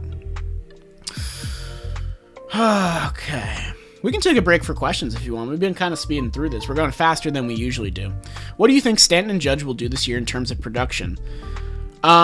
Listen, I'm not too fond of Yankees fans because they've been obnoxious to me my whole life, but I'm not by any means a Yankees hater. I think Judge and Stanton are both super likable guys, and I hope they stay healthy because if they do stay healthy, those guys are going to tear the cover off the baseball. I think that they're both in line for 40 home run seasons, maybe 280 batting average, that kind of thing. If they stay healthy, their OPSs will assuredly be over 850. They're monsters, dude, but they got to keep them healthy, so I don't know. Isn't Walsh going to be their first baseman? Yeah, I think he's talking about Pujols as the DH. What do you, we already read that. What is the biggest, most influential free agent signing of the 2021 season? If we're talking about this division, it's Colton Wong. That really changed the Brewers for me, made me believe in them a little bit more. If we're talking about an all baseball, maybe it's the Cardinals getting Arenado. Maybe it is, I don't know. That's a good question. Some of those, though. Maybe the Jays getting Springer, although the Jays definitely need another starter. I can't believe they haven't gotten Odorizzi yet. That's insane to me. Gary Sanchez, August. You may see that in the future. You may definitely do that. What do you think Vladdy's going to do? He's going to turn it up this year. He looks really good, dude. He really slimmed off that weight. I don't know that he's going to play up to the insane potential that everybody was projecting when he was a rookie, but he'll bounce back. Don't you worry. Do you think that Schwarber and Bell will get their 2019 power back? 38 for Schwarber and 37 for Bell. Listen, if you watch the NL East stream, you guys know that I'm not a big believer in the Nats lineup. It's Juan Soto, it's Trey Turner, and then it's about 6 maybes. I think that Josh Bell is a fantastic player, and he has the potential to get that back with a competitive team, but I think that Kyle Schwarber is literally just Jock Peterson. I think he's going to hit 220, I think he's going to hit 30 bombs, and he's going to play a bad left field. I don't love the trade for the Nats. I didn't love the Peterson signing for the Cubs either. It just seemed like they replaced one player with the same exact player. So I'm more of a believer in Bell than I am in Schwarber, for sure. Do you think Trevor Story could or will be on a different team in a few years? I don't know why the Rockies are trying to extend him. It doesn't really fit into their plan. I think that they should trade him at the deadline and get the most possible value they can, because they didn't do that when they had Arenado, and they got the lowest value they could have for Arenado. So I think they should trade him high and just lean into the rebuild, because their ticket sales are always going to go well in Colorado. Alberto Mondesi had 2 monster months. Maybe I'll look into that. I didn't know that.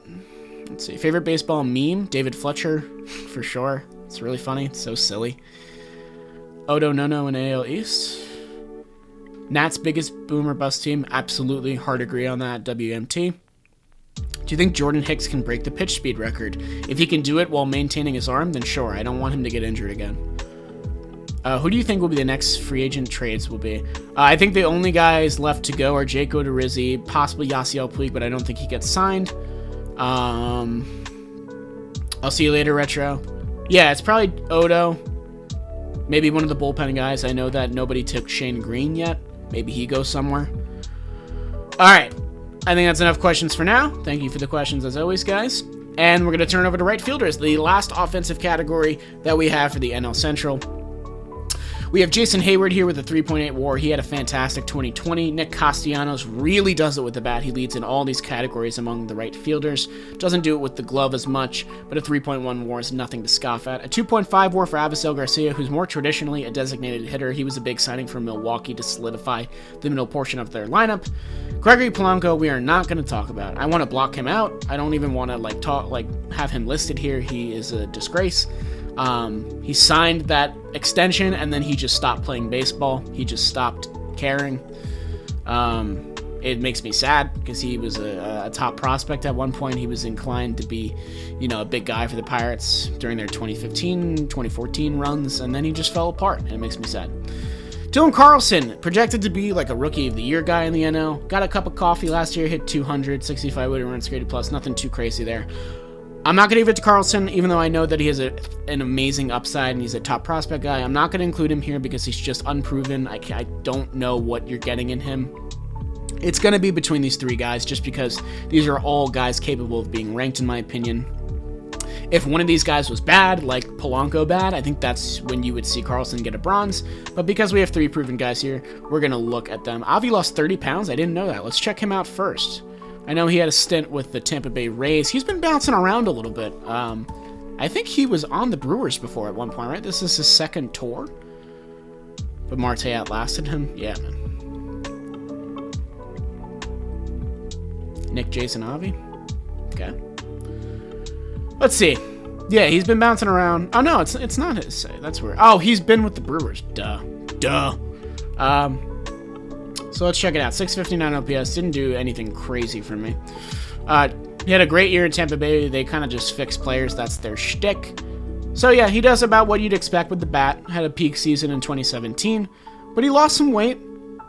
His defense isn't great, though. And you kind of expect that from a guy that's been DHing for most of the part. What's going on, Painting the Black? Nice to see you, man. Welcome back to the stream. Negative D-Wars, around average O-Wars. So, he feels like a lock for bronze for me. I don't think I'll see much disagreement from chat there. Why don't we check out Mr. Jason Heyward now? And then we'll check out Nick Castellanos after that.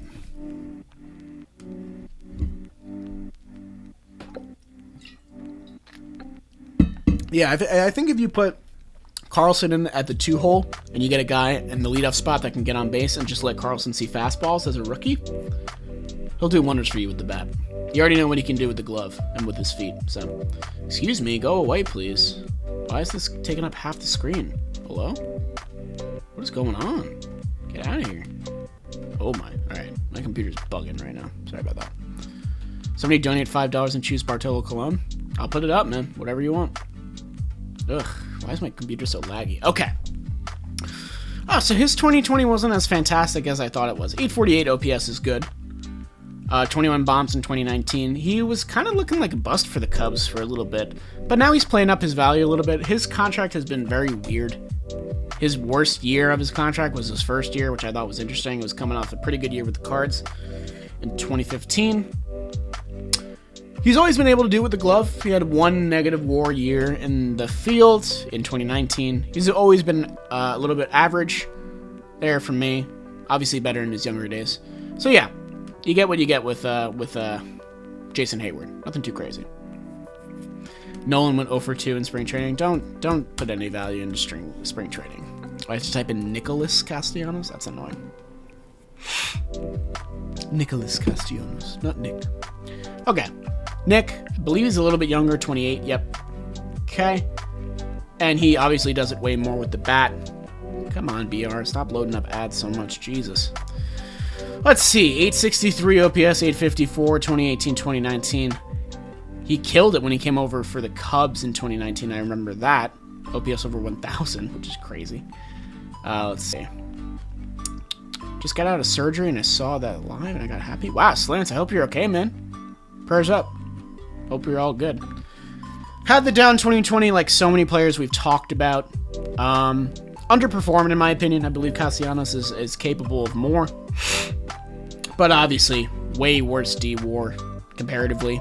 He's never really seemed like a right fielder, but he wasn't really hacking it at third either. Castellanos just kind of seems like a first baseman guy to me that hasn't had the opportunity to move there yet. By the way, he led the AL in triples in 2017. That's fun. I didn't know that. Doesn't really seem like a triples guy to me. It's a fun little tidbit. So yeah, gold and silver, another toss-up here. We have a lot of toss-ups on the stream. I'm going to go ahead and lock in my bronze for Avisail, another bronze for the Brew Crew. Brew Crew's really going to shine once we get to pitching.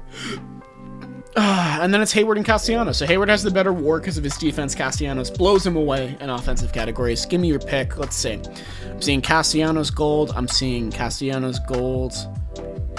Avi gold? No, I don't agree with that. Call me software. Don't agree with that. Lindor didn't make his debut today. Orioles locks. Hayward is gold. Nick gold. Castellanos gold. Hayward. Nick gold. Interesting. So you guys are liking the offense a little bit more. Listen, Hayward's defense isn't above average anymore, so it's either you take average D and a mediocre bat, or you take a great bat and you take below average D, but not by much. Yeah. I'm kind of in agreement with you guys when you put it like that, pretty much. Yeah, we're going to give Nick our golds. That's kind of what I was leaning towards anyway. Listen, Jason Hayward's a great player, but Nick Castellanos has age on his side. He has the bat on his side. I'm going to go ahead and give it to him. And you never know with Jason Hayward. He had really bad years in his contract so far with the Cubs. He could be capable of turning in those bad years again. We don't know. Whereas Castellanos been doing it with the bat for a while now. So he gets a gold there. The Reds get to 10. First stream I've caught, I vote Castellanos. Welcome, Paco. How you doing, man? Nice to see you. Welcome to your stream. Welcome to my stream, not your stream. But, you know, we all share it collectively. And then we gave Milwaukee 1. So, Milwaukee Brewers and St. Louis Cardinals are tied. Chicago has a nice 18-point lead there. Not 18 points, but 6-point lead. They got 18. Cincinnati gets to 10. And the Pirates, you know, they're putting up a fight. They got some bronzes. That's about all you'll see from them. And now we get who's stronger, the NL Central pitching or hitting? Pitching, I think, and you're going to see why, because the ace category in the NL Central is probably the best ace category we've had in any of these spreadsheets. Literally, it's so good. Kyle Hendricks, Luis Castillo, Brendan Woodruff, we don't talk about, but Stephen Brault, and Jack Flaherty. 4 guys with F-WARs over 5 in the past 2 seasons. Wow. Real good. And to think that Yu Darvish would have also been here had the Cubs not traded him for nothing. I want to give a diamond tier, but I don't know who. My brain is telling me that it's going to be Castillo. It could be Hendricks. It could be Flaherty even. One of these guys gets a diamond. My brain is telling me Luis Castillo. I feel like he has the most electric stuff. He's been the most healthy, but it's tough. I feel like out of these guys, Castillo would be the one that would win a Cy Young. Maybe even Jack Flaherty, too. I don't know. Somebody's getting a diamond. That's for sure. Castillo's good, but is he diamond level? There's no way we can leave off one of these green WAR guys. There's really no way. I'm seeing a lot of love for Flaherty. I'm seeing a lot of love for Hendricks. It's tough. It's very, very tough. Let's first take a deep dive. The only reason I'm inclined to say Luis Castillo is because I believe that his best years are still ahead of him. I really do. Hendricks diamond, he's the epitome of consistent. Never hurt and could win the Cy Young every year. Walks no one, has the greatest ground ball rate. Those are all very valid points, Kaysen. Very valid points. Here we go. Castillo's been very consistent. Had that one kind of down year in 2018. Never had an ERA below 3, though.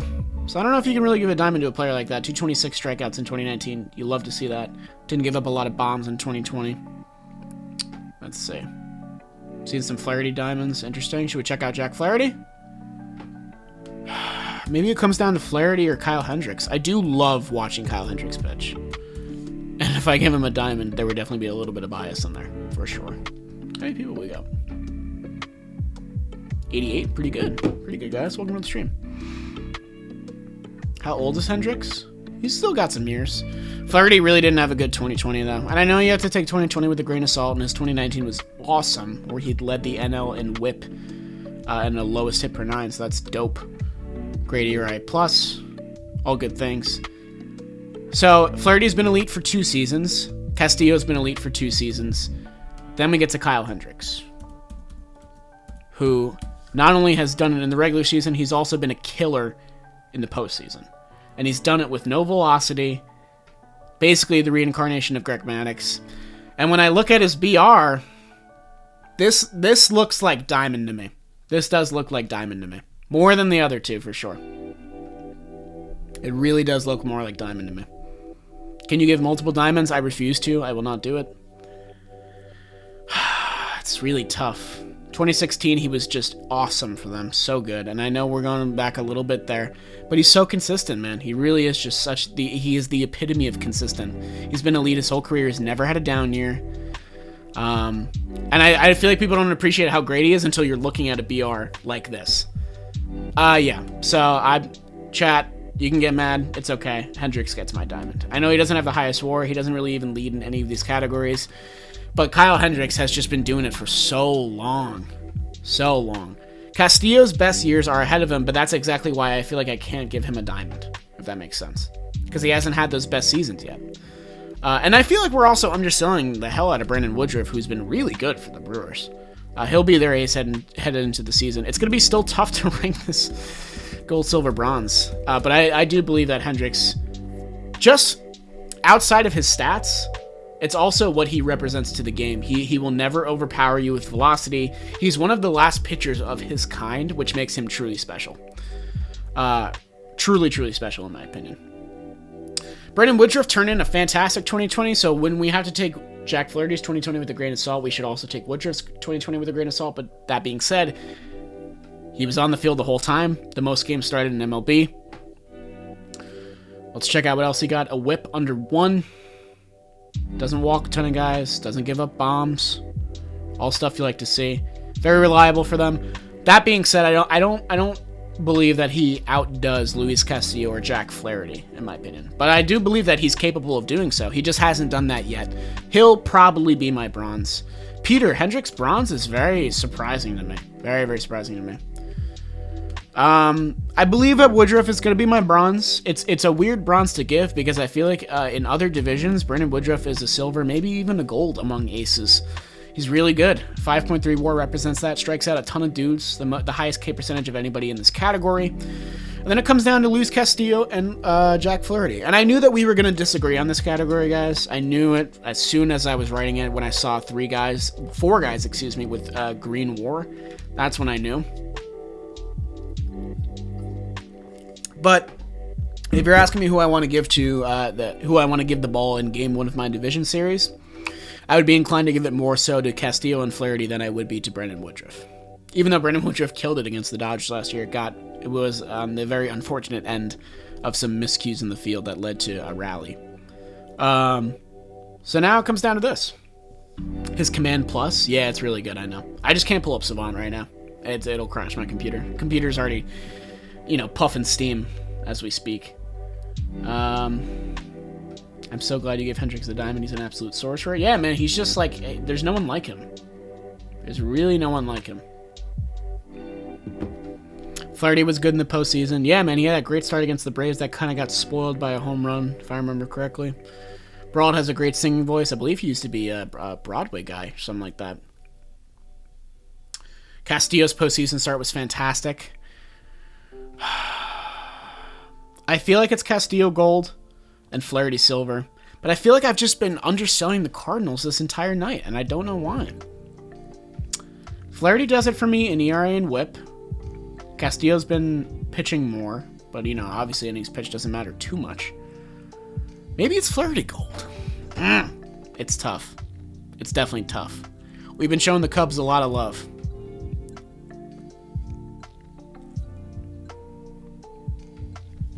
Castillo deserves diamond? I don't believe that he... Listen, elite velocity, ground ball rate, K rate, all good, but he hasn't been doing it as long as Mr. Kyle Hendricks. Because the cards are overrated? Maybe. Maybe they are. I don't know. Yeah, I'm going to go with my heart. I'm going to go Castillo gold. I think I would rather have him. He hasn't had the chance to prove himself in the postseason like Flaherty has, which, I get the argument there. I definitely get it. Castillo's floor is lower? I disagree with that. I feel like Flaherty's floor is lower. And I'm going with upside here. I believe that, Castillo's taken in the reins as the ace. You think Flaherty's the best pitcher in the Central? I'm seeing a lot of disagreement. Wow. Why do you hate the 6+ WAR? How could I hate it? What do you mean? Yeah, and I feel like you also have to go on WAR. Castillo's yielded 1.1 more WAR on this. So, I don't know. I gotta go with it. We can take one more look, but Flaherty he did not impress me in 2020. And I know, take it with a grain of salt. Yeah, I know. But it's still 13 starts. It's still 12 starts. So you have to, you can't pretend it's not there. It's there. You have to pay attention to 2020 stats. You just don't have to weigh them with such significance, if that makes sense. What were they at? Oops. I missed that. They're at 13. Oh, so the Reds are kind of kicking it a little bit. They're in this thing. And that. These are our rankings. He took 18 days off between starts. I don't know, man. I owned him in fantasy and he burned me. I'd take Flaherty over Castillo. Have you noticed no bots in the last few streams? Yeah, ever since we slow chatted them, they just went away. They were talking a big game and then they got slow chatted and they were like, oh, we have no answers for this. He didn't pitch for nearly not. Oh, all right. I mean, I don't know. Maybe you guys are a little bit more familiar. Castillo did have like a kind of bad 2018. I wouldn't say bad. I would say streaky. Two different things, in my opinion. But I just believe his upside is greater. And if you want to use the postseason argument, Castillo looked like unhittable in his start against the Braves. Okay. Man, we might have to give Sonny Gray a diamond too. We might just have to do that. I mean, the 1-2 punch of Gray and Castillo is gross. I feel like Gray might be a diamond. The Reds really fixed him, man. They really fixed him. I'm glad to see it, because he's a very talented pitcher who was just getting rocked in New York. Sonny Gray, Zach Davies, and Quang for these guys. Mets looking good this year. I agree. Tyler Anderson, diamond. You're trolling, JT. How dare you troll in my chat? How dare you? Zach Davies is decaf. I like that they have two very similar pitchers at the top. I think that's fun. Cubs have some fun starters. Gray, Burns, and Davies. Listen, Burns' numbers aren't great, but if you guys know, Burns' 2020 was super good. Super, super good. We're gonna take a look at that. It's not incorrect, dude. He had an 8 ERA in 2019. An 8 ERA. And then he put it down to a 2.1 in 2020. Yeah, I feel like we have to... I want to rank Burns, Davies, and Kim, so I'm going to give Gray a diamond. I am. I'm going to do it. Maybe it influxes the Reds a little bit. Anderson is our SP5 TF. He's listed up there on Fangraphs, man. He was one of the few guys that got a contract from the Pirates, so he's listed up there. He had a pretty good 2020. Don't sleep. Don't sleep. Yeah, and Alec Mills, too. Alec Mills is fun. All right, this one's going to take a little bit of thought. I want to show you guys Corbin Burns first, because Corbin Burns is one of my huge breakout candidates, even though he already kind of broke out in 2020, headed into the season. If the Brewers are going to win the Central, which I've put some money on, they're going to need Corbin Burns to remain the way that he was last year. Gray's not inconsistent, man. We'll take a look at Gray's stats after. The past 2 years, Gray's has been so good. You think it's Mitch Keller? Even if it's Mitch Keller, I don't think he cracks the ranking here, though. You might be right, Grant. Mitch Keller did have good 2020. So Corbin Burns, 2.11 ERA in 9 games started. He started in the bullpen, transitioned over. 1.02 WHIP, doesn't give up bombs, a crazy strikeout per 9 rate. He finished 6th in Cy Young voting, very sleepy. Not a lot of people caught on to that. Pirates should be diamond for every position. Prove me wrong? I can easily prove you wrong. I'll just show you the stats. What do you mean? Yeah, Corbin Burns was fantastic last year. With that being said, very short sample size. 9 games started is what he did it for. The same can be said for Kwang Hyun Kim, who, honestly, I didn't really hear about until the postseason. Oh, what's going on, iTalk? How's it going, man?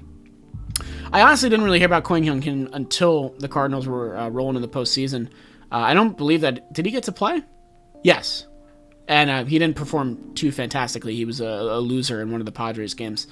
But he had a really good stretch for the Cards, albeit with a shorter amount of games started, so that would make me inclined to give it to Burns over him. He had a lower ERA, 39 innings pitched, 7 earned runs, which is dope. Kim is currently your number 2. I'm going off Fangraph depth chart. Kwang is number 2. Waino is your number 3. Feel free to disagree. I feel like starting pitcher ranks are kind of weird anyway, but I'm just going off what Fangraphs told me. 1.02 whip, obviously fantastic. I still believe I'd put Burns over him. And then you also have Zach Davies, who I feel like gets unfairly underrated a lot. He's been bouncing around, but he's, disgruntled. DRM, that's a great comment. Corbin's ERA plus went from 56 to 216. That's a crazy stat. Kim needs to pitch more, but Kim has a ton of potential. Zach Davies has been consistent for a pretty long time. Barring this 2018 where he was a little bit injured, he only had 13 games started. You're going to get a sub-4 ERA hovering around high threes. He really did it in 2020. It was pretty big for the Padres, but they shipped him out of town, even though he probably would have been good in that rotation. 1.06 whip. He's sort of similar to Kyle Hendricks. I feel like all the Cubs starters are pretty similar. And Alec Mills, Kyle Hendricks, and Zach Davies, they're actually one of my favorite rotations headed into the 2021 season in terms of just entertainment value. A lot of guys that don't do it like that anymore. So if we go on establishment, we would probably pick Davies, but if we go on upside, I would probably pick Burns. I feel like Burns is only going to get better. I feel like they've only really scratched the surface with Corbin Burns. Zach Davies will probably give you an ERA around a high 3, a low whip around 1.2. I wouldn't strike out a lot of guys, would probably yield a lot of ground balls. Kwang Hyun Kim still has a lot to prove. I'm going to give him my bronze.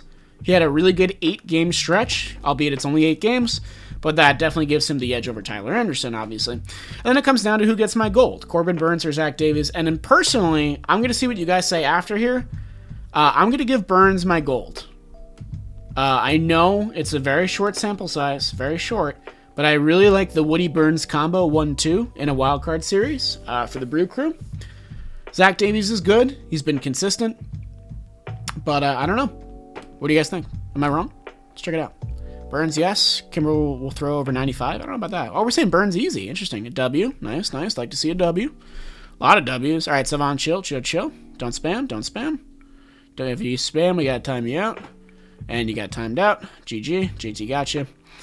Davies has a high FIP. Interesting. Didn't know that. Burns, Davies. Okay. Who's the best, most creative manager in MLB? Good Q. I don't know. Kevin Cash probably, but it backfired on him in the World Series. What's going on, Jim M? Nice to see you, bud. Yeah, I feel like most people are in agreement. That's cool. But I told you guys, starting pitchers are very fun to rank in the Central. For as bad as these teams are, they have very fun 1-2s at the top. So, Cincinnati got a diamond. That puts them at 17, which is honestly surprising. Hello, Courtney Friedenberg. Welcome to the stream. Nice to see you. Hey, Eric. We gave a gold to Milwaukee for not Brandon Woodruff, Corbin Burns. Excuse me. I'll have to watch the replay. Yeah, Jim, we'll do a recap at the end if you've missed some stuff. I always do that once we finished up all the rankings. The Cardinals got 1 for Kwang Hyun Kim, and then we give Chicago 2 for Zach Davies. All right, these are our rankings so far. Cubs have a pretty sizable lead, but I think once we get to the bullpen, things will change a little bit. And then we got starting pitcher number 3. We got Waino, we got Alec Mills, we got Tyler Mahle, we got Brett Anderson, we got Chad Kuhl. Chad Kuhl was injured in 2019, came back in 2020, did about what you'd expect from Chad Kuhl. I don't think he cracks our ranking here. The Pirates, their 1 through 3 isn't what you like to see, but that's just kind of what they're doing. Who's the guy on the Brewers that always yacked on the mound? Adrian Hauser. He's their number 4 right now. Some people might disagree that maybe Hauser's their number 3. It was listed as Brett Anderson. Brett Anderson has seniority and a little bit more consistency over Hauser. That's why I picked him.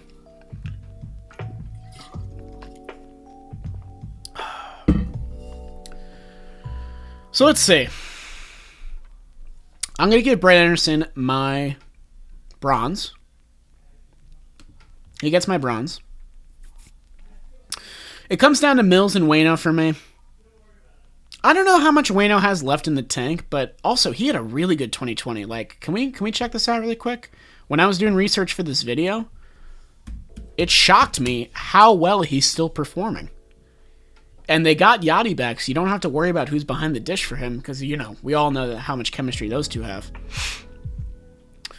Alec Mills threw the weirdest no-hitter. Yeah, I honestly already forgot about it, to be honest. But yeah, he had a down 2018, was bad in 2017. People thought he was getting ready to hang it up, and then he came back in 2019 and killed it. 31 starts, ERA around 4. His whip wasn't great, kind of ugly, 1.42, so, and FIP 4.36, so he got a little bit lucky, let some runners on. And then in 2020, man, he was crucial for the Mahle deserves the gold? I don't even think Mahle gets ranked, dude.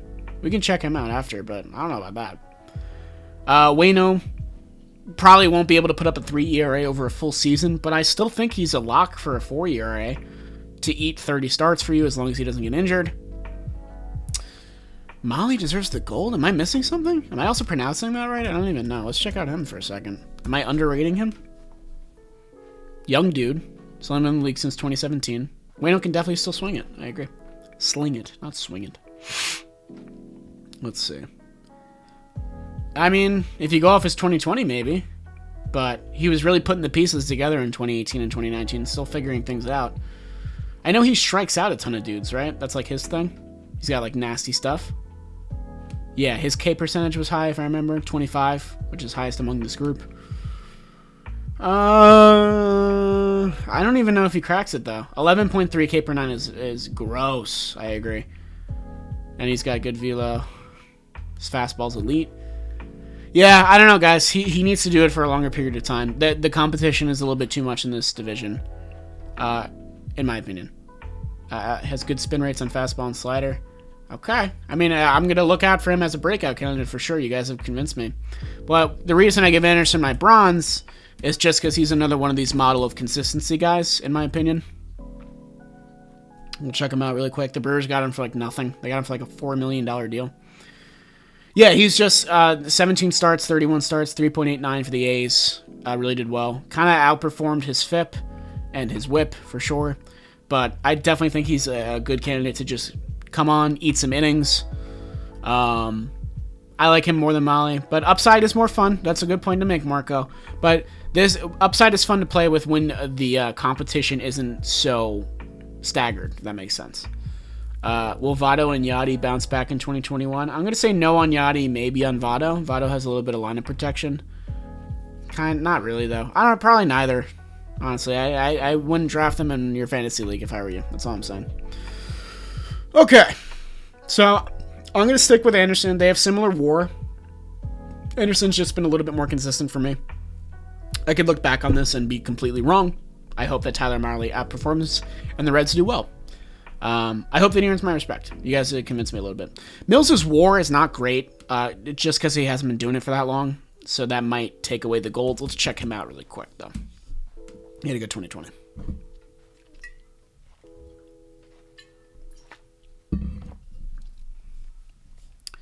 Brady Anderson taking the bronze. Okay. So even with his no-hitter, Alec Mills' 2020 was not that great. Maybe Alec Mills isn't even our silver, honestly. Am I overrating him? Bryant will break out, or I guess bounce back, because it's his contract here. That's my belief. I don't know about Rizzo, though. Rizzo is kind of comfy right now. His FIP was bad last year. I mean, FIP is a flawed stat. Most of us know that. Good whip. Unconventional pitcher. We obviously know that from his no-hitter. It feels weird to give Brett Anderson the silver, but I don't know that I can give Alec Mills my silver here. I honestly don't believe it anymore. You think Mahle is better than Mills? Maybe Mills doesn't get ranked. This is interesting. I kind of thought it would be easy for the number 3. With all this being said, I think it's Waino gets my gold. I like Waino the best here. I'm going to remove the bronze really quick because I think I might want to change some things. This conversation's interesting. Mills hasn't done it that long, right? That does affect his WAR, but he played the full season in 2020, and there are guys in the 2020 season only that had higher WARs than him. His 4.48 is not great. The FIP is ugly. Doesn't strike out a ton of guys, gives up a decent amount of hits. Phils is only getting discussed because of his no-hitter. Maybe. I kind of thought no-hitter and just thought that he was good by default, but his stats really don't do much for me, if I'm being completely honest. Yeah, maybe we do Anderson and Mahle. I think you guys kind of convinced me. I think I'm going to go with that. This is why you read chat, guys. I have some very smart viewers. That's why I read the chat always and take your opinions into account, because sometimes I'm wrong. Sometimes I jump to conclusions. So I appreciate you guys. One sec. So yeah, that's going to be my rank. I'm going to go Wayno gold, Brett Anderson silver, Tyler Mahle bronze. I feel like that's good. Going to lock those in. First time in a while that the Cubs haven't gotten ranked in the category. Maybe first time all night, actually. Reds jump to 18. Brewers jump to 18. Cardinals jump to 18. Wow, we have a three-way tie in second place. Very, very interesting. Now we're getting down to the nitty-gritty, guys. Last two categories. We got our two bullpen relievers, the number 2 and number 1 guys. The Cubs picked up Workman pretty late, but Workman, besides his stint in Philly when he got traded from the Red Sox, has been doing pretty well. He was a closer for Boston for a little bit. Matt Barnes has since taken over that role. He has the highest WAR here, but also Devin Williams is here. And we're obviously going to give Devin Williams the gold. You could argue Williams Diamond. Listen, it was guys. I thought Williams Diamond, but 40 innings. That's it. 40 innings. Do we really want to give a diamond for 40 innings? I don't know about that. 40 innings? Really? We've given out a lot of diamonds today. We gave one to Sonny Gray. We gave one to Kyle Hendricks. We gave one to Nolan Arenado. Airbender changeup, I know, but we've given out so many diamonds. It was one earned run over 40 innings. I know. It's not stinking. This thing isn't right. Stratton isn't a starter. This is setup man, Grant. We're on to the bullpen now. Williams is gold.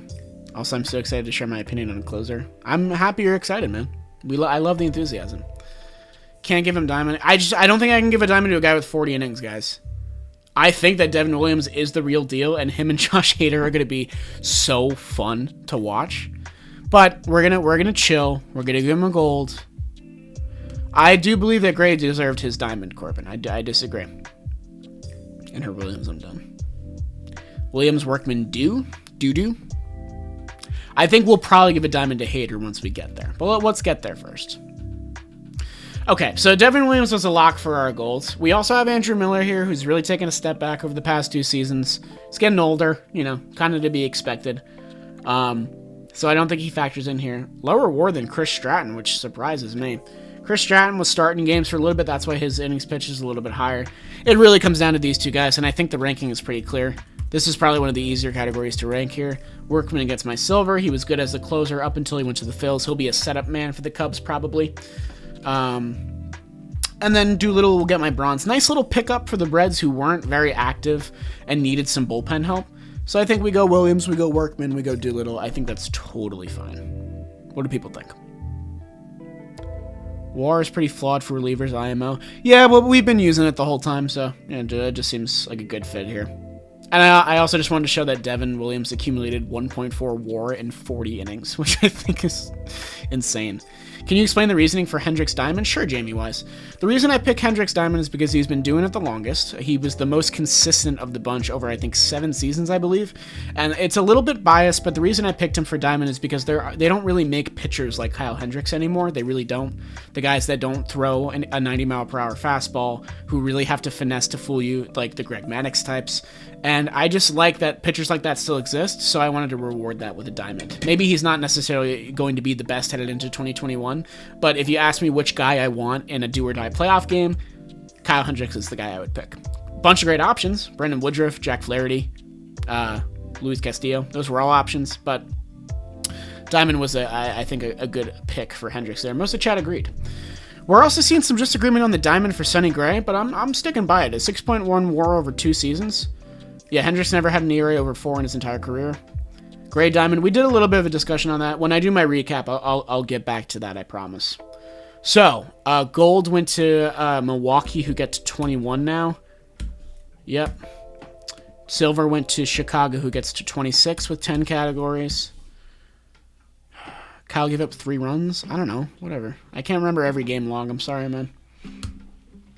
And bronze to the Reds for Mr. Sean Doolittle. Okay. Last category. And what time is it? 8:45. Perfect. So we'll wrap up by 9. Perfect. Another 2-hour stream. This is it. Tell me your picks. And if any of your picks include Craig Kimbrell, you should probably not send that. Kimbrel's bad. Kimbrel's not getting ranked here. I don't care how many times you guys spam it in chat. I'm not ranking him here. Who's my favorite player in the NL? Dom Smith or Michael Conforto? I'm a Mets fan, so love those guys. Non-Mets player in the NL? Mookie Betts. That's kind of a bland pick, but I just like Mookie Betts. Hader should be a diamond? I think I'm going to give Hader a diamond. I kind of said that before. I kind of still believe it. Josh Hader is the best closer in the game, in my opinion, or one of the best. He's at least top 3. And I think that, you know, these other 3 guys deserve to get ranked, and it's just easy to give Hader the diamond that way, because then we could do a gold, silver, bronze for the rest of them. Let's see. Giovanni Gallegos has been sneaky good. I didn't realize how good he was for the Cards until I had to, you know, go into the stats and check out how he did. Lowest ERA of the bunch, surprisingly enough. Lowest whip of the bunch. So he outperformed Hader a little bit, but Hader just has that insane fastball and a good combo with his breaking pitches that makes him borderline unhittable. Plus a 2.5 WAR since 2019. Hey Ernesto, thanks for stopping by, man. You're catching the tail end of the stream. How's it going, man? Gallegos for gold. Could definitely argue that.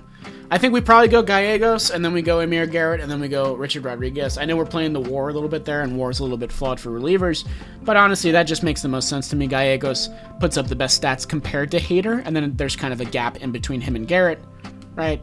It's all good.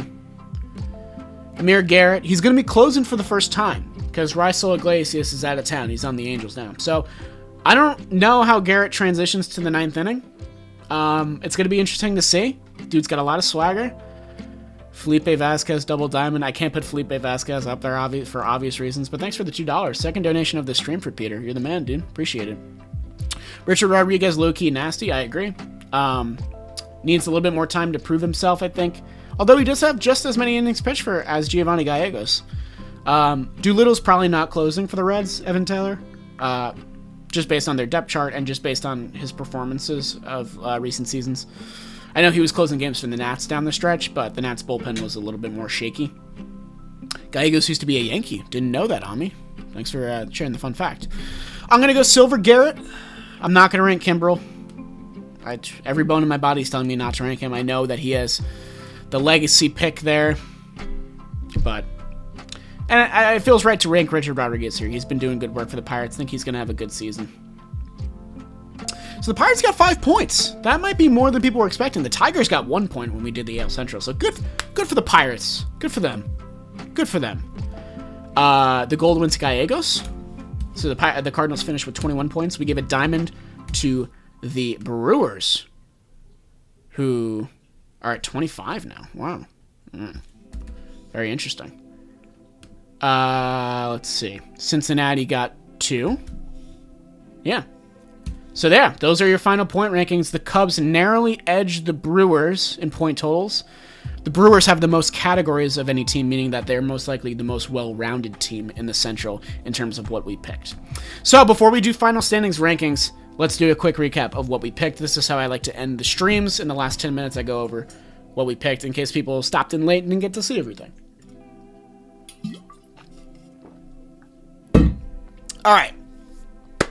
Wilson Contreras got the gold for catchers. I didn't see too much disagreement there. The harder call was between Narvaez and Stallings for silver bronze. Barnhart has a great glove. Yadier Molina is Yadier Molina, but those two guys fell out of the category. One of the hardest calls tonight was Paul Goldschmidt versus Anthony Rizzo. We ended up going with Goldschmidt. I think we were right. They have very similar wars. Anthony's done a little bit more with the bat over the past 2 years. Bloodline, you missed the whole stream, but we're doing a recap now, so just buckle up. Gonna go through it kind of quick. Second baseman, we didn't want to factor in Nico Horner. Hasn't proven himself that much. Colton Wong, I give it to him. It always seemed right in my mind. You could argue Mike Moustakas for the bat, but Colton Wong's glove just changes a team. I think that this was one of the most important signings of the offseason. The Brewers going out and getting Colton Wong from a division rival. Such a huge move. Tommy Edmonds going to be starting for the first time, so it's going to be interesting to see how he does. He has a higher WAR than Moustakas, but we gave him the bronze. Thank you for saying you loved the 2020 video, Brett Johnson. Appreciate it, dude. Welcome to the stream. Nolan Arenado was our first diamond of the night. Pretty fair there, in my opinion. It was tough to give the gold and silver between Bryant and Suarez. We went with Chris Bryant. I feel like that was probably fair. Suarez strikes out a ton, hits a ton of bombs. Bryant, I believe, is a little bit more well-rounded, plays more positions. Then we gave the bronze to Ke'Bryan Hayes, who has a ton of potential. Really excited to see what he does. Had a 1.6 WAR and just 95 plate appearances. That speaks volumes to how good Ke'Bryan Hayes has the potential to be. Will these spreadsheets be available after the stream? The VOD will be. I don't make the spreadsheets available to the public, though. I can do like a shareable link where you guys can't edit and can just view if people want that. Then we go to shortstop. We gave the gold to Javier Baez. This one was a little bit more contentious. Some people disagreed with me. Thought that Paul DeJong kind of deserved it. They do similar things with the glove, for sure. They both had down 2020s. The green WAR means that it's a WAR above 5.0. That's why I did the green. And then Kevin Newman got our bronze, which, you know, you could argue Arcia for his glove, but his glove has taken a step back in recent times. So we went gold, silver, bronze there. Then we went to left field, an obvious diamond for Christian Yelich, an 8.6 WAR, even with his down 2020. Big MVP candidate. I would bet on him. Plus 1,500 odds, which is insane to me. Looks like free money. Jesse Winker got the nod over Jock Peterson. I'm not a huge Jock Peterson guy. I kind of feel like the Cubs just replaced Kyle Schwarber with another version of Kyle Schwarber, who's a little bit better in the field, but like not really. Their WRC pluses were similar. It was kind of a tough call. And then I do like watching Brian Reynolds play. Had a great 2019, fourth in Rookie of the Year voting. Not quite on the stature of the other two, but maybe he passes them this year for all we know. I don't know, man. He'll get regular at-bats.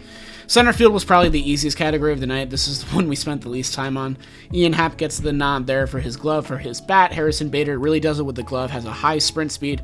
Hasn't quite done it with the bat yet. Hopefully he figures things out a little bit. And then Lo Kane, who's entering his age 36 season, still playing center field for the Brew Crew. Right field was a toss-up between Castellanos and Hayward, but I leaned Castellanos, a little bit more. Hayward does have the higher WAR. Castellanos outdoes him in the offensive categories, and their gloves at this point have gotten pretty similar, so not a huge disparity there. Aces, we went over pretty recently, so I'm going to go through kind of quick here. Kyle Hendricks got my diamond, kind of a controversial pick. You could argue Castillo, you could argue Flaherty, you could even argue Brandon Woodruff. I like Kyle Hendricks. I like to watch him pitch. I like what he does. They don't make pitchers like they make Kyle Hendricks anymore. Didn't have the highest WAR, didn't have the lowest DRA, any of that, but kind of a biased pick. Sue me if you want to. We also gave a diamond to Sonny Gray. I believe that he might just be the best number 2 starting pitcher in the entire league. You think of guys like Noah Syndergaard, maybe Jameson Taillon. That might be overrating him a little bit. You think of guys like Yu Darvish and Blake Snell in San Diego, or whatever they got going on in the Dodgers. I think Sonny Gray might just be the best number 2 in the league. Might be a bold claim. He's been doing really well. Zach Davies came below Corbin Burns. We're banking on the Corbin Burns stretch in 2020 where he had 9 starts and just looked like a beast. He gets the gold there. Number 3 is we went Waino. Not really a legacy pick. This was a recency pick. Waino's just been the best in the category. We were originally going to rank Alec Mills because of his no-hitter, and then we looked at the stats and kind of determined that he doesn't really fall into it. He had the lower ERA, but I don't know. His 2020 wasn't that great. Brett Anderson for consistency. Tyler Mahle for upside there. Setup men was pretty easy. Devin Williams was amazing in 2020, the Rookie of the Year. Workman comes in shortly after him for his work as the Red Sox closer. Sean Doolittle after that. And then closers was pretty easy as well. Josh Hader Diamond. Giovanni Gallegos has surprised me. Interested to see what he does as the closer in 2021. And then Amir Garrett and Richard Rodriguez right after that. And that rounded out the categories for the day. The next division will be AL West, so stay tuned this week, looking out for that stream. But here are our final point totals. The Cubs narrowly edge the Brewers in terms of points. That's not the right color. But the Milwaukee Brewers had the most categories of any team, making them most likely the most well-rounded team of the bunch. And now we get to the tough stuff, because now we have to rank this division, and I've had a pretty easy time ranking divisions, so before I do that, I saw some questions in chat I'm going to answer first, because I know we'll be wrapping up soon. How do you feel about Brian Reynolds? I like his upside. I think he's going to have a good season if he plays and stays healthy. What division is next? AL West. Basic question, but who's your favorite baseball player? Tom Smith or Michael Conforto? I got the Mets bias. Who do you hate but a lot of people like in the MLB? Ooh. Hate's a strong word. I wouldn't say that I hate any player. If you're talking about who I think is overrated, I would throw the whole Nationals team in there. Maybe the whole Nationals lineup, I would say. So I know that doesn't really answer your question, Jennifer, but the whole Nationals lineup is just so boom or bust for me that the fact that the PECOTA is giving them 87 wins is just astonishing to me. Because it's Juan Soto, it's Trey Turner, and then it's 6 what-ifs. So I don't know. I think Mitch Keller has a good shot at turning in a good 2021 DRM. We saw a little glimpse of that in 2020. But yeah, Kershaw, Snell, or Strasburg are the best at number 2. Definitely fair. I think I would honestly pick Gray over Kershaw, maybe. Or Strasburg has fought off injuries for a lot of his time. Bryce Harper is not overrated. If anything, Bryce Harper is underrated for sure. What do you think of Wander Franco? It's going to be a stud. All right, let's do it, guys. Pittsburgh Pirates coming last. I know we have some Pirates fans in here. If you guys disagree, don't be delusional. Come on. Do they lose 100 games? I feel like, yeah, right? I'm going to give them 60 wins. That's 60 and 102. It's just not their year. They'll be back. Hopefully. Because, I really liked when they were making wildcard games because, those fans are really passionate. They packed that stadium, and they were loud, dude. They were loud. What team do you think will have the worst record? Probably the Detroit Tigers. I think the Pirates will be better than the Tigers, maybe. I don't know. All right, Cincinnati Reds are going to come in 4th for me. The Reds could have easily been the best team in this division if they had gotten a shortstop. If they had got a little bit better defense in center field. They're going with Nick Senzel again, which I don't think is the greatest pick. The bottom half of their rotation is thin. The top half is crazy good. And the bottom half of their bullpen is thin. The top half is pretty good. Amir Garrett, Sean Doolittle, those type of guys carrying the front. So the Reds they had the opportunity to do more, and they didn't. So they disappointed me. So they're going to be my 4th place team. With that being said, I'm going to give them 74 wins and 88 losses. I feel like that's pretty fair. Maybe the Rockies are the last place team. That's true. And then we have 3 here. And I don't know. It's hard. I feel like someone's going to get mad at me at some point. The Cubs have the most points, but I don't believe in them. I really don't. We rank 13 players, and these are definitely the 13 players that matter the most because they're the guys that are your starting 9, your top 3 pitchers in the rotation, and your top 2 in the bullpen. The Cubs had the most points of any team. They did have some diamonds. They had Kyle Hendricks.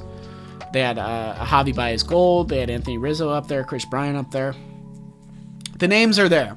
But at the end of the day, when we're so far removed from 2016, they're starting to just look like names. I don't really believe in them anymore. Their bullpen is rough. Their bullpen is really, really, really rough. They're rolling with Craig Kimbrell as closer again, which I think is a horrible idea.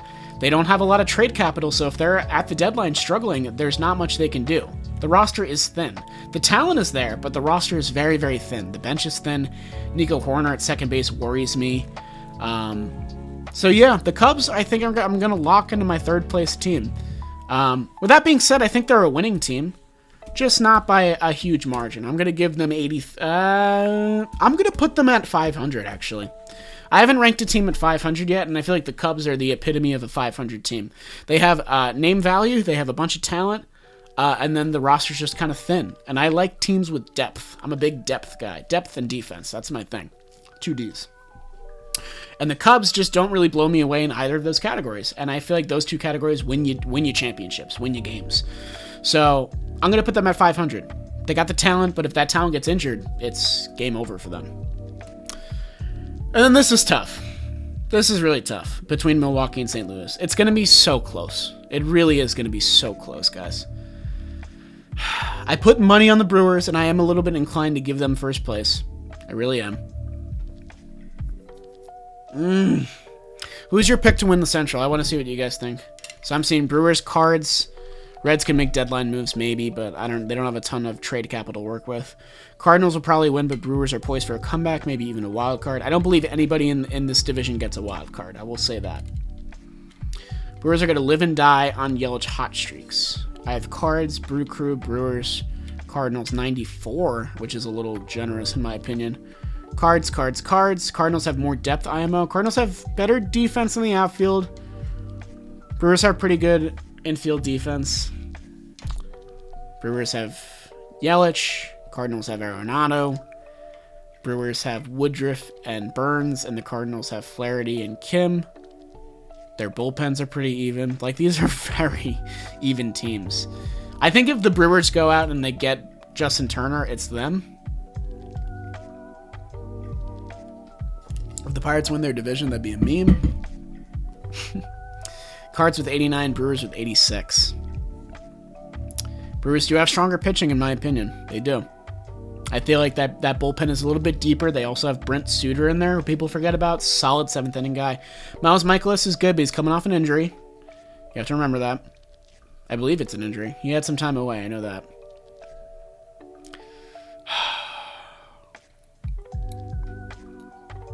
All right, I'm going to go with my pick. Cardinals get second place. I'm sorry. Please don't hate me. Please return to future streams. I still think they're great. I think they get 89 wins, and I think the Brewers get 90. I think it's that close. I really do think it's that close. I saw a lot of people doing like 88 wins and 86 wins. You guys have to remember that even though these teams are worse than other teams, you have to remember that these guys are playing the Central the whole season. Not the whole season, but they're playing the Central more than anybody. That means the Brewers and Cardinals get games against the Tigers. They get games against the Royals. They get games against the Reds. They get games against the Pirates more than anybody else. So even if their talent isn't as much there as like Eastern teams and Western teams, those win totals are still going to be high up because they're playing bad teams, just like, you know, the teams that I mentioned before. So, like, it's a very uneasy final ranking for me. Probably the hardest one I've had to do so far. But I believe in the Brewers a little bit more. I don't know why. I think it might be just the pitching. The Cardinals do have a ton of depth. You guys are definitely right there. Their outfield defense is dope. Dylan Carson's going to be a stud. They got Arenado. But I'm still going to pick the Brew Crew. And that will do it for the NL Central rankings, guys. So if you stayed for the whole stream, if you stayed for 5 minutes, I appreciate you, especially if you donated. We got a ton of donations today. I appreciate that. If you got any last-second donations, get them in now because we're wrapping up the stream. The next division will be the AL West. It's not going to be tomorrow. It could be Wednesday, maybe. Could be Wednesday, could be Friday, one of those days. I'll post a poll on YouTube or Twitter. If you don't follow me on Twitter, it's @JollyOlive. I think I pointed the wrong way. I think I'm supposed to point this way. Oops. And yeah, if you enjoyed the stream, tell a friend. Tell them to check out the channel. We're doing these twice a week. We're winding down on our comparison streams. So AL West is left, and then NL West is after that, and then we're done. So the streams are on VODs on the channel if you want to go check out the other ones, if you missed the other ones. And yeah, I appreciate you guys as always. I think we had 100 viewers in here at one point, so that was awesome. Hope you enjoyed the music. Hope you enjoyed the content. I will see you guys soon. Thanks for stopping by.